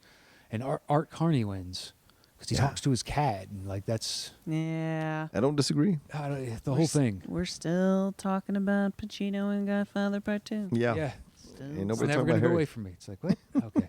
Maybe we should have, we should start a committee. Yeah. We'll go in, we'll tell the Oscars. We're going to go back and do rectified Oscars and put these out. And these are the real official list after 20 years. So once you're 20 years after an award show, then the committee comes in. I love that. Every year they announce, okay, from 88 or 1998? Yeah. Jesus, that was 20 years ago? Yes. Shoo. Stop talking. You're breaking my I heart. know. Anyway, so what do you got? That's your number one or That number was two? my number one. So then I do my number one? Your number one. Okay, my number one is 2008, Mickey Rourke in The Wrestler over Sean Penn in Milk. There's no fucking way you can tell me Sean Penn deserved that Oscar over what Mickey Rourke brings to that character. It is Yeah. incredible. Boy, that is a really good one. Yeah, the emotional life he goes through, everything he Oh. encounters. Another redemption Yes. movie Yeah. for an actor Yeah. who had been off the Yes, map. exactly. Yeah, Yeah, very and true. Tried to get Eric Roberts' career resurrected. What award show was that at? Where he's like, and how come nobody hires Eric Roberts anymore? yeah. What is going on? It's like that's the hill you're gonna die on tonight. It was like advertising. He paid you $10,000 to mention him Yeah. on stage. I That- don't understand. It was also such an interesting move for Darren Aronofsky Yes. too, because it is so it's such a different kind of story for him. Mm-hmm. Yeah. And such a different style, and so raw and honest, and kind of linear, true, not flashy, symbolic, Yeah. strange, Yeah, like esoteric, some Yeah. abstract idea that he's trying to convey. which Yeah. I appreciate in his movies. Yeah. But the Wrestler's just very different. That's a great pick. It's so grounded in what he goes through with his daughter, Evan Rachel Wood, when he has that, and it breaks your heart what happens, and the stuff with Marissa Tomei, and when he gets up on that top rope and he is crying, fuck, it breaks me every goddamn. I'm a baby when I watch that movie because I get it. I know what it's like to be down in the pits and have to crawl all the way back to the top and find your way, and then you realize I'm a slave to my impulses. This is who I am. And as much as you may want me to be someone else, this is who I am. And in the end, who I am means I can't be with you, but that's unfortunately my life. And so to see him do that, and like he's in essence he's almost killing himself because the doctor says you can't do it anymore, and then he starts to fall down in the match, and like him climbing up on that rope. Yeah, what else does he have? Right. Of course, He could have saved everything. yeah, but this is a warrior's death on some level for him. Yes. Right. So if I got to die anyway, I'd rather die happy. Die doing my this. way. Right, exactly. One final decision because everything else in my life is out of my hands. I'm making this because he's like cutting meat in a fucking grocery store. Yeah, That's Todd how he's Barry's paying his bills. sassing him. Todd fucking Barry. Todd Barry. That's right. If you ever watched, seen, met, talked to Todd Barry, Todd Barry's straight up just like, he's his boss. Just straight sasses him. Yeah. Can't do shit about it. Right. You know what's weird is I look at that is I knew he never had a chance to win. So I didn't even, when that year came up, I was like, oh yeah, O'Rourke never had a shot. And it didn't even make my side list because I still have that mentality. I remember leading up in that award season going, he's got no shot to win. You were like, he owns Chihuahuas. He's not going to. And I just knew that the voting public, they were like, we're happy for you, but we're not going to give it to you. Yeah, but and if there's no way he's in fucking Iron Man 2 if he doesn't do the wrestler, there's no his way he'd have been in research that. is True. happen Boy, without that's that. for Right. serious. Right. So anyway, I just love him in that movie, and I was a fan of his since the 80s. Like Year of the Dragon is a film nobody talks about, and he's incredible in that. If you want to see an incredible 80s hardcore drama film, watch Mickey Rourke in Year of the Dragon with John Lone as part of the Yakuza. It's a powerful, powerful film. All right, so What what's do you your got number at your one? number one? My number. Okay, so I totally blew it when I got so passionate about my number one. Oh. Because my passionate number one that is true in my heart. I really hope it's a supporting actress. You know what I mean? Somehow. Out of category in sex. was for Tom Cruise in Magnolia. Yes. But he's a supporting Yes, actor. he is. So Michael Caine won that year, and that's why I was talking about being so frustrated that Michael Caine wins in so many years that I want other people to win. He does. But my backup was, so he definitely should have won for Magnolia. Yeah. Tom Cruise, can't believe he hasn't won an Oscar. And it's like, listen, Jerry Maguire is a comedy. I know you're not going to give an actor an Oscar for a you're not gonna comedy. get I it. get it. But incredible. And then the year that was brought up earlier is Born on the 4th of July, when you said that Woody Harrelson should have won for Larry Flint. He was also Was that the same nominated. year? It was the same I year. thought 4th of July was earlier than that. That's just me, It's though. not. It's and Daniel Day-Lewis won, right? That year was it? For My Left Foot? No. Well, the Harrelson year is Who won that year? I'm pretty Jeffrey sure Rush. Yeah. In Yeah, Shine? Sorry. Yeah, Okay. I'm pretty sure I'm quoting this right. So anyway, Tom Cruise definitely needs an Oscar, but a correct pick for my number one. Wow, that was an incredible Look, premise. you have a top 14 list. Yeah, I really did. This is a bold choice, and I get that. In 1992, the winner of the Best Actor Oscar was Anthony Hopkins in Silence of the Lambs, creating an iconic character that Yes. we all really, really remember. Okay. There Are are you sure 92? 92 is Pacino, Denzel. Could be 91 then. 91? So this is one of those things Oh, so it's where 93? on the Academy Awards site it says 92 and the movies came out the year before. Ah, okay. So they list the way that the ceremony is. This is why I got confused. So Anthony Hopkins won for Silence of the Lambs. There are two actors in that category I feel really passionately about. Okay. The follow up, the second place winner of my passion is Robert De Niro and Cape Fear. Ooh. Okay. And then I'm gonna make a bold claim, and I'm gonna say that Robin Williams in The Fisher King Wow. That's your choice? would be my choice. That's So an interesting choice. Damn. it is an interesting choice, and so I'll tell you why my emotions want me to go this way, because I 100% recognize the iconic, unbelievable portrait that Anthony Hopkins paints of this character. Yeah. Again, as we've said many times this episode, and this is like, we're still talking about it. Yeah. The Mask is still funny. That's like Bibbs' thing on the Schmodown. Yeah. We get what that reference Yeah. is. I get it.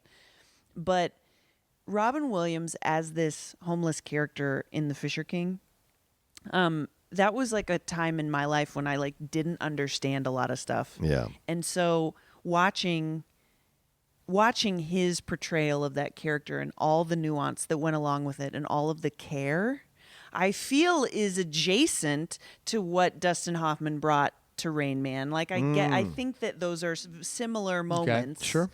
I wonder how it's aged, but Robin Williams, like, he won in like supporting categories, so he won Oscars. Yeah. Good Will never Hunting. lead. And I would have loved to have seen him win for that one, because I think that I have a lot of trouble watching a movie and separating the actor from the role, except in really extraordinary circumstances like Darkest Hour, Gary Oldman. Oh, it's like, yeah. I wouldn't know who Yeah. that even is.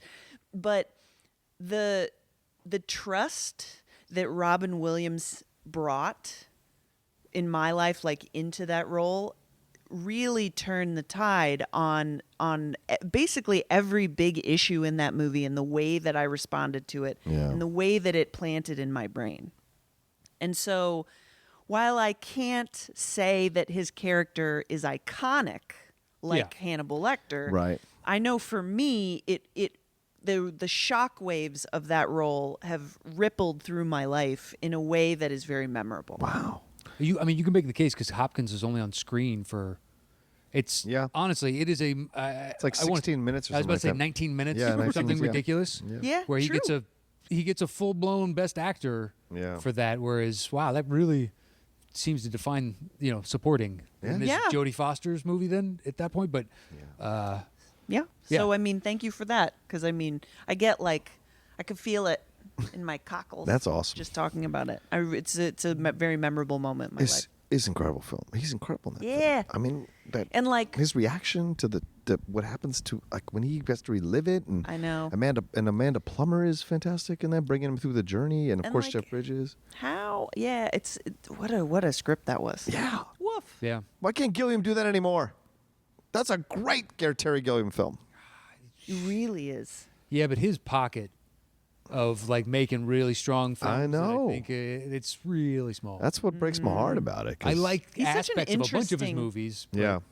The overall end product, sometimes I'm like, hey. God, Yeah. what an interesting dude. He's a real risk taker. He fails horribly most of the time. He Yeah, really he does. swings. He really swings for the does. fences. And the more that I do this, the more I can kind of get behind that, just in theory at least. Uh-huh. You know, it's like Annihilation came out recently in theaters, and it's like, what? But okay. Yeah. And I don't get it. I don't know what that movie's about. Ask me what that movie's about. With a Gray. Yeah. Side note, I don't know if you've seen it yet. I heard though you've seen Annihilation. What's that Uh-huh. movie about? I don't know. It's good though, Might still see it though. Yeah. I loved it. right? Okay, don't tell me because No, you got to see it, Matt. I think you'll enjoy it. It's cool though. It's a and head so- scratcher from beginning to end. Sadly, I am seeing Black Panther this weekend. Finally. Yeah. Woo! My wife and I were just too busy, and then she had to work on a day we were supposed to have off, and I had to work on the other, and Yeah. it's like nothing we can do. Yep. God, thank God we're catching up. But it's the thought provoking. It's interesting. Yeah. It's like, well, Okay. maybe it works, maybe it doesn't. But boy, it's fun to talk about it. So Terry Gilliam, there you go. Anything to stop Garland. And don't stop Garland from doing stuff. I know that. I don't know how we're going to combine this list now, Matt. They're all different. Yeah, Well- this is. I don't know if we is. even can. Well, we have to. All right, that's the premise of the show. So, I don't think we Rebellion! violated after all this time. This is going to be like your only 18-hour episode. oh, this is short. Yeah, this This is is a short short, one. unless this turns into the great debate. Oh my God. All right. Well, my number one is your number two. Do we have Yeah. any other commonality that's higher than that? No. So no, I think not that- you and Gray. No, Correct. Well, So I'm I- saying the two of you, the two of us. Do we have anything that beats 1-2? I don't know if we have any. we have no commonality. Okay. In so many spiritually, ways. that is not the case. but No. True. With Very the true. list, it is the case. I would die for Gray Drake. I So would we are assume spiritually then it is connected. That's for Pacino sure. over Art Carney is our number one. Yeah. Okay. I feel like I'm gonna lobby for Gene Kelly and Singing in the Rain because Roca and I we're both like real fans of like Yeah. dudes dancing. You want to put him at number 2? Yeah, where'd you have that on your list though? Yeah, no, I had it lower, and I Okay. feel like Yeah. it should be lower. Do we have? Is there any commonality? So nothing. Well, okay. What do we have? We have. You guys are both all tied up in this Tom Hanks I got- business. We got the. I got Denzel over Pacino. Yeah. Yeah, I That's my have number that. 2. That's my number. You had it low though. 6. Okay, 6. But the Tom Hanks over Benigni, you had somebody over Benigni. Mm-hmm. That's my number 5. This is where it gets confusing. That's my number 7. Okay. So I think 2-6 is better than 5-7. 5-7 is only. Yes. Oh yeah, because 2 is higher. Yeah. All right, Yeah. fine. So what are we Okay. doing? This is gonna be fun. Yeah, you write it down because I'd proudly Yeah, bang no, this it's all right. time. Bounce around. So we're saying anyone over Benigni, 1999. You say Bernini? No, I think we're doing the Gary, Oh, I'm Denzel. sorry, Denzel. Denzel over Pacino. Pacino instead of a woman. That's number 2. That's what it was. Oh my God. This is going Harry. This is rough. All right. Yeah, I'm just putting the actors over and then what year. Yeah. What's number 3? What are you putting at number 3? No idea. What do we want to Oh, put at okay. number 3? What do you have next, Gray? Well, my next number outside of Singing in the Rain, my next number 5, I'm willing to go to bat for, which is Charlie Chaplin and the Great Dictator. Well, no. What's your don't- number What 2? do you- what do you have? What do you have my two? number You have two- One, your Yeah. number one. What's your number 1? No, my one. So my 1 was Robin Williams. Oh, yeah, and Fisher King. So should we put that over down? Hannibal Lecter. What's your number 1? My number 1 is Mickey Rourke in The Wrestler over Sean Penn in The Milk. Oh, Okay, you two fight it out. yeah. No, here's she's the that guest. one needs to be. That one needs to be next. Really? Okay. Yeah, All right. yeah, I think that's the case. Rourke over who was it? Sean Penn, What year? 2008. Yeah, that was a really good pick. Okay, and then Thank you wanted. Yeah. Let's put hers there. Yeah, I want to go to bat for the Great Dictator. This was in Oh, you want to do that instead of your number 1, No, your number 1. We should my put it- number. which is Jesus Williams Christ. over. Robin Williams over Hannibal Lecter. Listen, Anthony Hopkins. Listen, she's got to put that on there. That was what year? 1990 what? It was. 1998. So it was the 90. It was Three? 92 awards. Okay. It was the 92 awards. So where's Scott Mance when you need him? Honoring movies released in 91. So There we yeah. go. Movie release dates. All right. So that is the top That's really 4 finished. Okay. I'm trying to think if we have any other. It's easier to go by who we. We're going to battle over Peter O'Toole over Gregory Peck. I know that. Wow. Yeah. I'm with you. We on- both have Hanks in Philadelphia. We have somebody over Hanks in Philadelphia. Yes. Then we can put that there. Yeah. And we both have Benigni. Okay.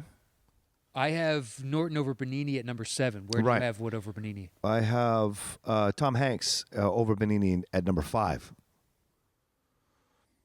Okay. But that it would does- be it- that would be next. I guess that's a slash. It doesn't matter. Yeah, it's a Yeah, slash. yeah, It's slash. absolutely a slash. 'Cause it's kind of hard to. I don't know Yeah. how to make this fucking. No, work. it's a slash. I'm comfortable with that. Yeah. As the guest. Oh, thank you, Craig. Yeah, you're so welcome. So that welcome. was Hanks, Norton over Bernini. Okay. Where are we up to? That is number 5. Oh, Jesus. We got to get this list. Gray's got to go. We got to get this list. I'm putting No, this you all know what? together by like, okay, then this goes here. No, and then- hold on a second. Uh-oh. I'm committed to this. Yeah, are you jumping down some? Or are you, Yeah, what's your What's your No, number 2? no, I'm just committed. So we're, Oh, okay. we're good. I just wanted to Okay, be clear good. that I'm in it to in it to win it. in I it got to win Peter it. Sellers over Rex Harrison as my next highest. What do you guys got? That's my number 3. I love that one. Actually, I love that pick. Okay. I love that one. I have Peter O'Toole over Gregory Peck, but I can push it What down. number is it? Number 2? Okay, I would have to honor the place. Facts. So that was O'Toole over. Over Gregory Peck. Wow, that's. You're hurting his feelings. I know he's my. I But don't I even- like He's the those- Willem Dafoe to my Gene Hackman in Mississippi Burning. He's very much about the rules. What year is that? That's a 1962. 19. I shouldn't write that down. 1962. Is what that is. That is ridiculous. All right, so then Sellers over Harrison. What's your next highest, Greg? Oh yeah, that was my my screw up that ended up being a really good pick, which was that Don Cheadle and Rwanda should have won over Jamie Foxx and Ray, and that would have been in that was. I just want to make sure that it was 2005 All right. for a movie in 2004. Yes. Okay, and then what? I've got my number 4 left. Anybody else? What's your next highest? As you're eating. Anthony Hopkins in Remains of the Day over Tom Hanks in Philadelphia. What number? Oh. 3. Okay. You want to give him that one, and I want to take one of his away. Well, yeah, I've got. I think you should have one next, Matt, because you haven't put one on your list. Put it on the list. Yours. Well, no, I have the same year. Oh. over. I got Liam Neeson over Hanks. Okay, cool, perfect. So I'll do Nice. Neeson Hopkins. Yeah. This Laffy Neeson Taffy. Hopkins, that's a ticket I'd vote for. I'm going to be your president. I don't think either of them would live through the end of the first term. I guess make Neeson the vice president because there's a greater. He get to Have you- finish the. Not if they keep doing those movies, his movies, taking movies. Have you ever heard Kevin Pollak's instructions on how to do a Liam Neeson impression? No. You just lower your voice an octave and say "bernanners," so you go "bernanners," and then you've done a Liam Neeson impression. It's bananas. Oh, geez, that's incredible.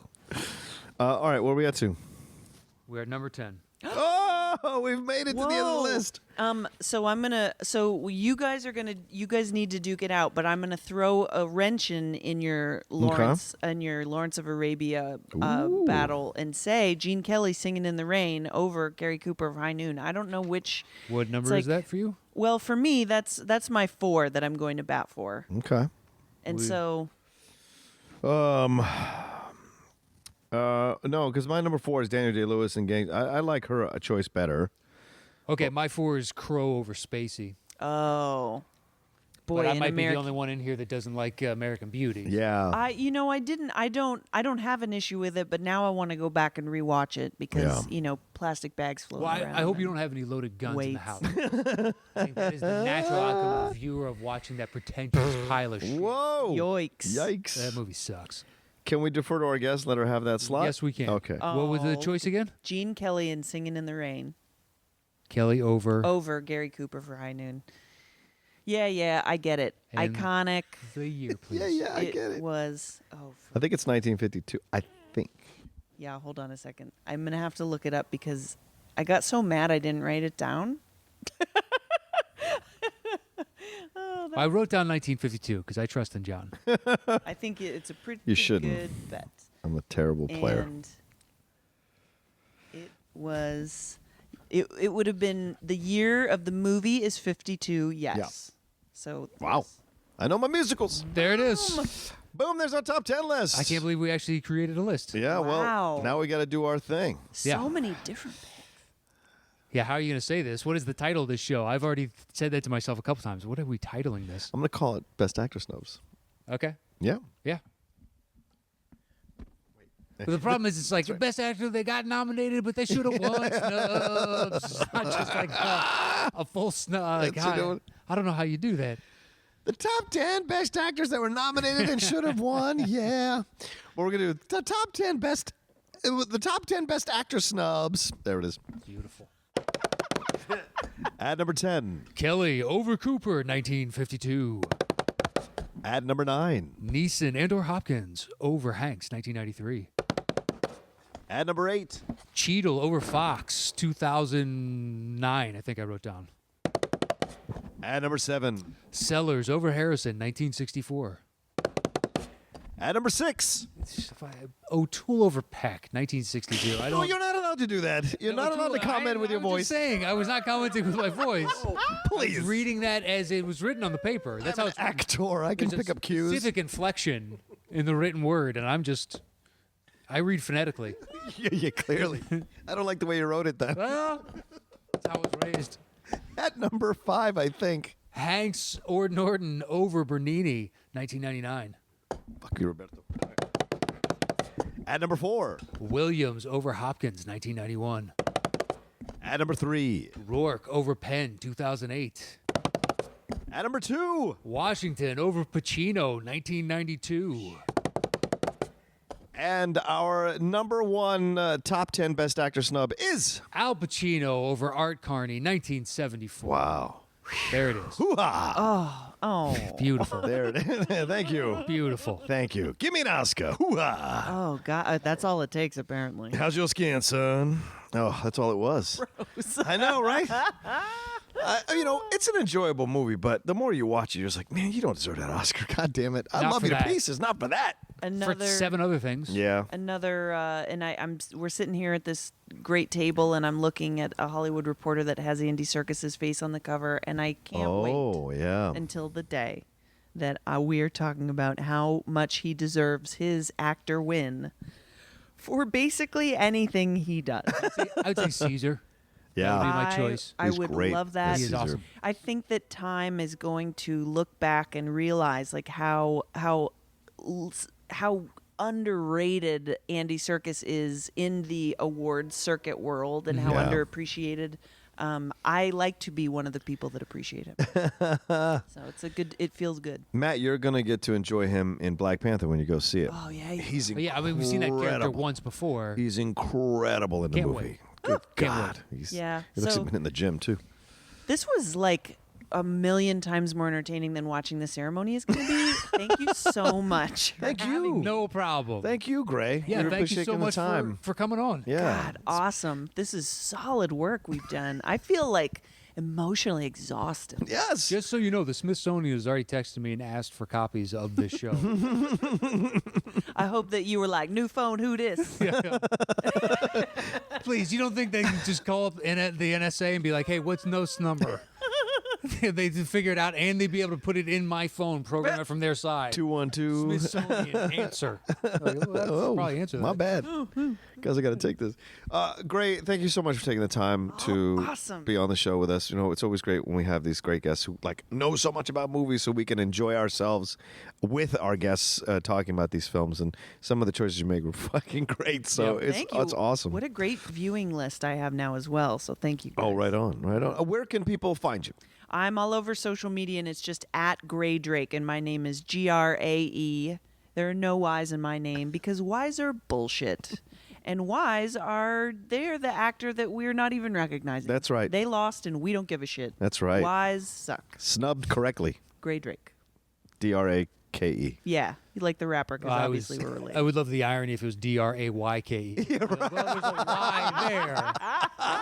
But it's a last name. And last names, you know what I mean? They don't Yeah. make sense a lot of times. So Yeah. it's fine. That's Amazing.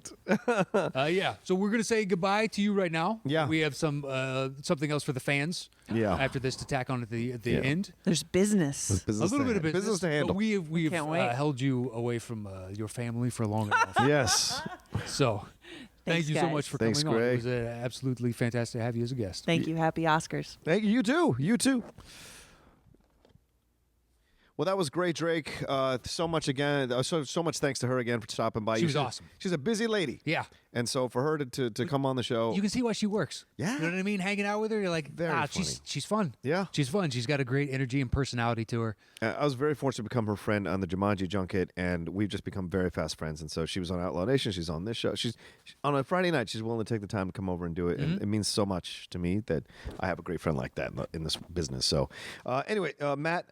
Here is the business of the day. Well, we Tell 'em. unfortunate because I think Gray she had the time because we went over. Oh, she was supposed to be gone by a specific time. And we went over by 15 minutes, 20 did. minutes or something. I think she would have been happy to read names with us. And that's Absolutely. the part that sucks. I think she would have gotten on board. So anyway, it's our Patreon shout out. It's the end of the month, the last show of the month. We want to say thank you very much. Definitely. And let's see, by the time this comes out, we'll be whatever the fuck. I don't need to talk about that. So this is your Patreon shout out. So I will start at the top with Okay. Mike Barrington, Wiley Todd, Camilo Gutierrez, Anthony Kesselnova, Gil Reyes, Drew Enns. Matthew Hasso. You got it right. That's awesome. Yeah, Citizen Ugly, like jalapeno. Andrew Hayes, Corey Greathouse Slow, my friend. Thank you, Corey. Robert Haley, Claiborne Williams, Kevin Fuss. Christopher Alexakos. Chris, you know we love you, man. Yep, Philip Renshaw, Dylan Steiner, Rachel Silvestrini, Jake Higgins, Zach Butts. Martin Borajek. Oh, it's Borak. Oh, Borak. Sorry, Borak. Yeah, that's just how literally that is Understood. downloaded file. That is Martin not me screwing Borak. up. Yes. Joey Anthony, Ellis Menchaca, Sean Naughton, Eric Grebner, Trine Bogard, Andrew Marker, Brian Saferni, Tyler Spots, Lindsay Toll. Ben Archambault.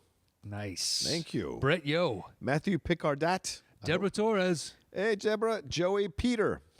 Ruben Enriquez. Tom Kostelny. What is that? Golik Grunnerud, Like it. Ed Buskirk. Laura Deverson. I'm sorry, I said that wrong. Ed Buskirk, sorry. Niall Blackie. That is Brian, and then in the emails, Yo Ships. What up, Yo Ships? I like that last name. I really hope it's Brian Yo Ships. All right. Eva, a.k.a. Evil. All right. Simon Brouillard. Lawrence? At Lawrence Witt. Well, I don't know There if it you want is. to give the whole thing out. Oh, sorry. Yeah, sorry. Lawrence Witt. Lawrence C. Witt 22. Well, I'm gonna have to bleep out some of that. Sorry. I don't think we want to be giving out people's actual. That's why I sorry. just chose Yo Ships. There was more to that. Damn it. Kristen Smith, Hey, Kristen. Ryan M. Brandos. Chris Jones, David Mitchell Baker. Jack Van Oord, Stephen French. Marcel Behrman, Daniel Loftus. Aaliyah Moore, Hey, Aaliyah. Brandon Fuzzy Large is his email. Carlos Cortez. Oh, I you don't- son of a bitch. Ingi Azal Halgramson. Thank you, Ingi. I hope I got that right. I'm sure I didn't. Yeah. However we downloaded, I swear to God, it not types out. That is how it gave it to us. Robert Cooper, Elise Brancato. Matthew Thompson, Chris. I think Gohans. Something like that. Ol Heskia, Nicholas Smith. Fraser Jubb, Nice. Jack McIntyre. Rudy Martinez, Brandon Brown. Matthew Hall, Alejandra Padilla. Jason Taylor, Simon Hoofnagel. Jay Watson, Seth Shearer. Philip Lane, Seamus Braytag. Ryan McKenna, Jack Gratis. Ryan Clark, Matthew Lee Cravens. John Holloway, Katie Seven. Cecil Hops, Eric Barrios. Pie Hard, a.k.a. Astro Creep, There it is. Matt Yound. Joshua Stein, Joseph Birtwhistle. Giancarlo Simonetta, Andy Ortiz. Andrew Berger, Eric Bloor. Jim Payne, Jur Mugerli. Patrick Zamora, Brian Akins. Sean Brennan, John Keefe. Davion Kinsanya. Oh, man. I've got that one in the past.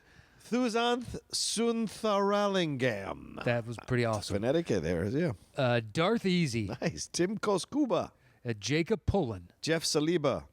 Ian Morgan, Julian Key. Dan Nye, Hey, Dan. Jose De La Torre. Christian Loudons, Matt O. the Cinephiles. Oh, that's Steve Morris. Thank yes. you, Steve. Thank you, Steve. Oh, Josh James. Ricky Rivers, Gordon Rusling. Matthew Lafreniere, Yes. Colin Murray. Jeff Peters, Josh Ryan. Jen Kemp, Jen. Patrick Campbell. Kyle Lamb, Francisco Ramirez Burgos. Bar Shamrich, Thomas Price. Mike Austin, Rohan Chowdhury. Alexander, let's see, it's Marzota? Nice. Marzota? Nick, I'm going to say N.A., but it says Nicole Leah. Oh, no, that is Marzonia. I apologize. Or Mazonia, okay. Nicole A. Jose Goico Valentin, Evan Zoller, sorry. Kevin Hills. And Luke Larson. There it is. There's our Patreon shout-outs Thank for the you. month. Thank you. Yeah, thank you so much. Actually had a good discussion today about Patreon with somebody that helps us with that, just spitballing ideas and stuff. So Great. John and I need to talk about it amongst ourselves and trying to work on some more things for you. We have a bunch of stuff in the hopper. Things are coming. Yeah. Swear to God. They're coming hopefully towards the end of March. We'll have some things out there for you guys. Yeah. So stay tuned for that. We'll announce it before we get to it. But we are working on stuff behind the scenes. But thank you so much to all of you that support us on Patreon. And that is it for me. My name is Matt Nost. You can follow me on Twitter, MATT, KNOS2 or KNOST. That's my Star Wars name. Anyway, or go to our Facebook group, facebook.com/groups/the top 10 show with the number 10. Right. You can follow me at The Roga Says on Twitter and on Instagram. I echo everything Matt said. Also, if you want to donate to Patreon and want to be given a shout out, www.patreon.com/the top 10, the number 10 there. You can join for $1, $5, $15, $20, $50, whatever you want to do to help us out on the show. It's great. Thank you to everyone who's donated, like Matt said. And we will talk you all next week on the Top 10 Show.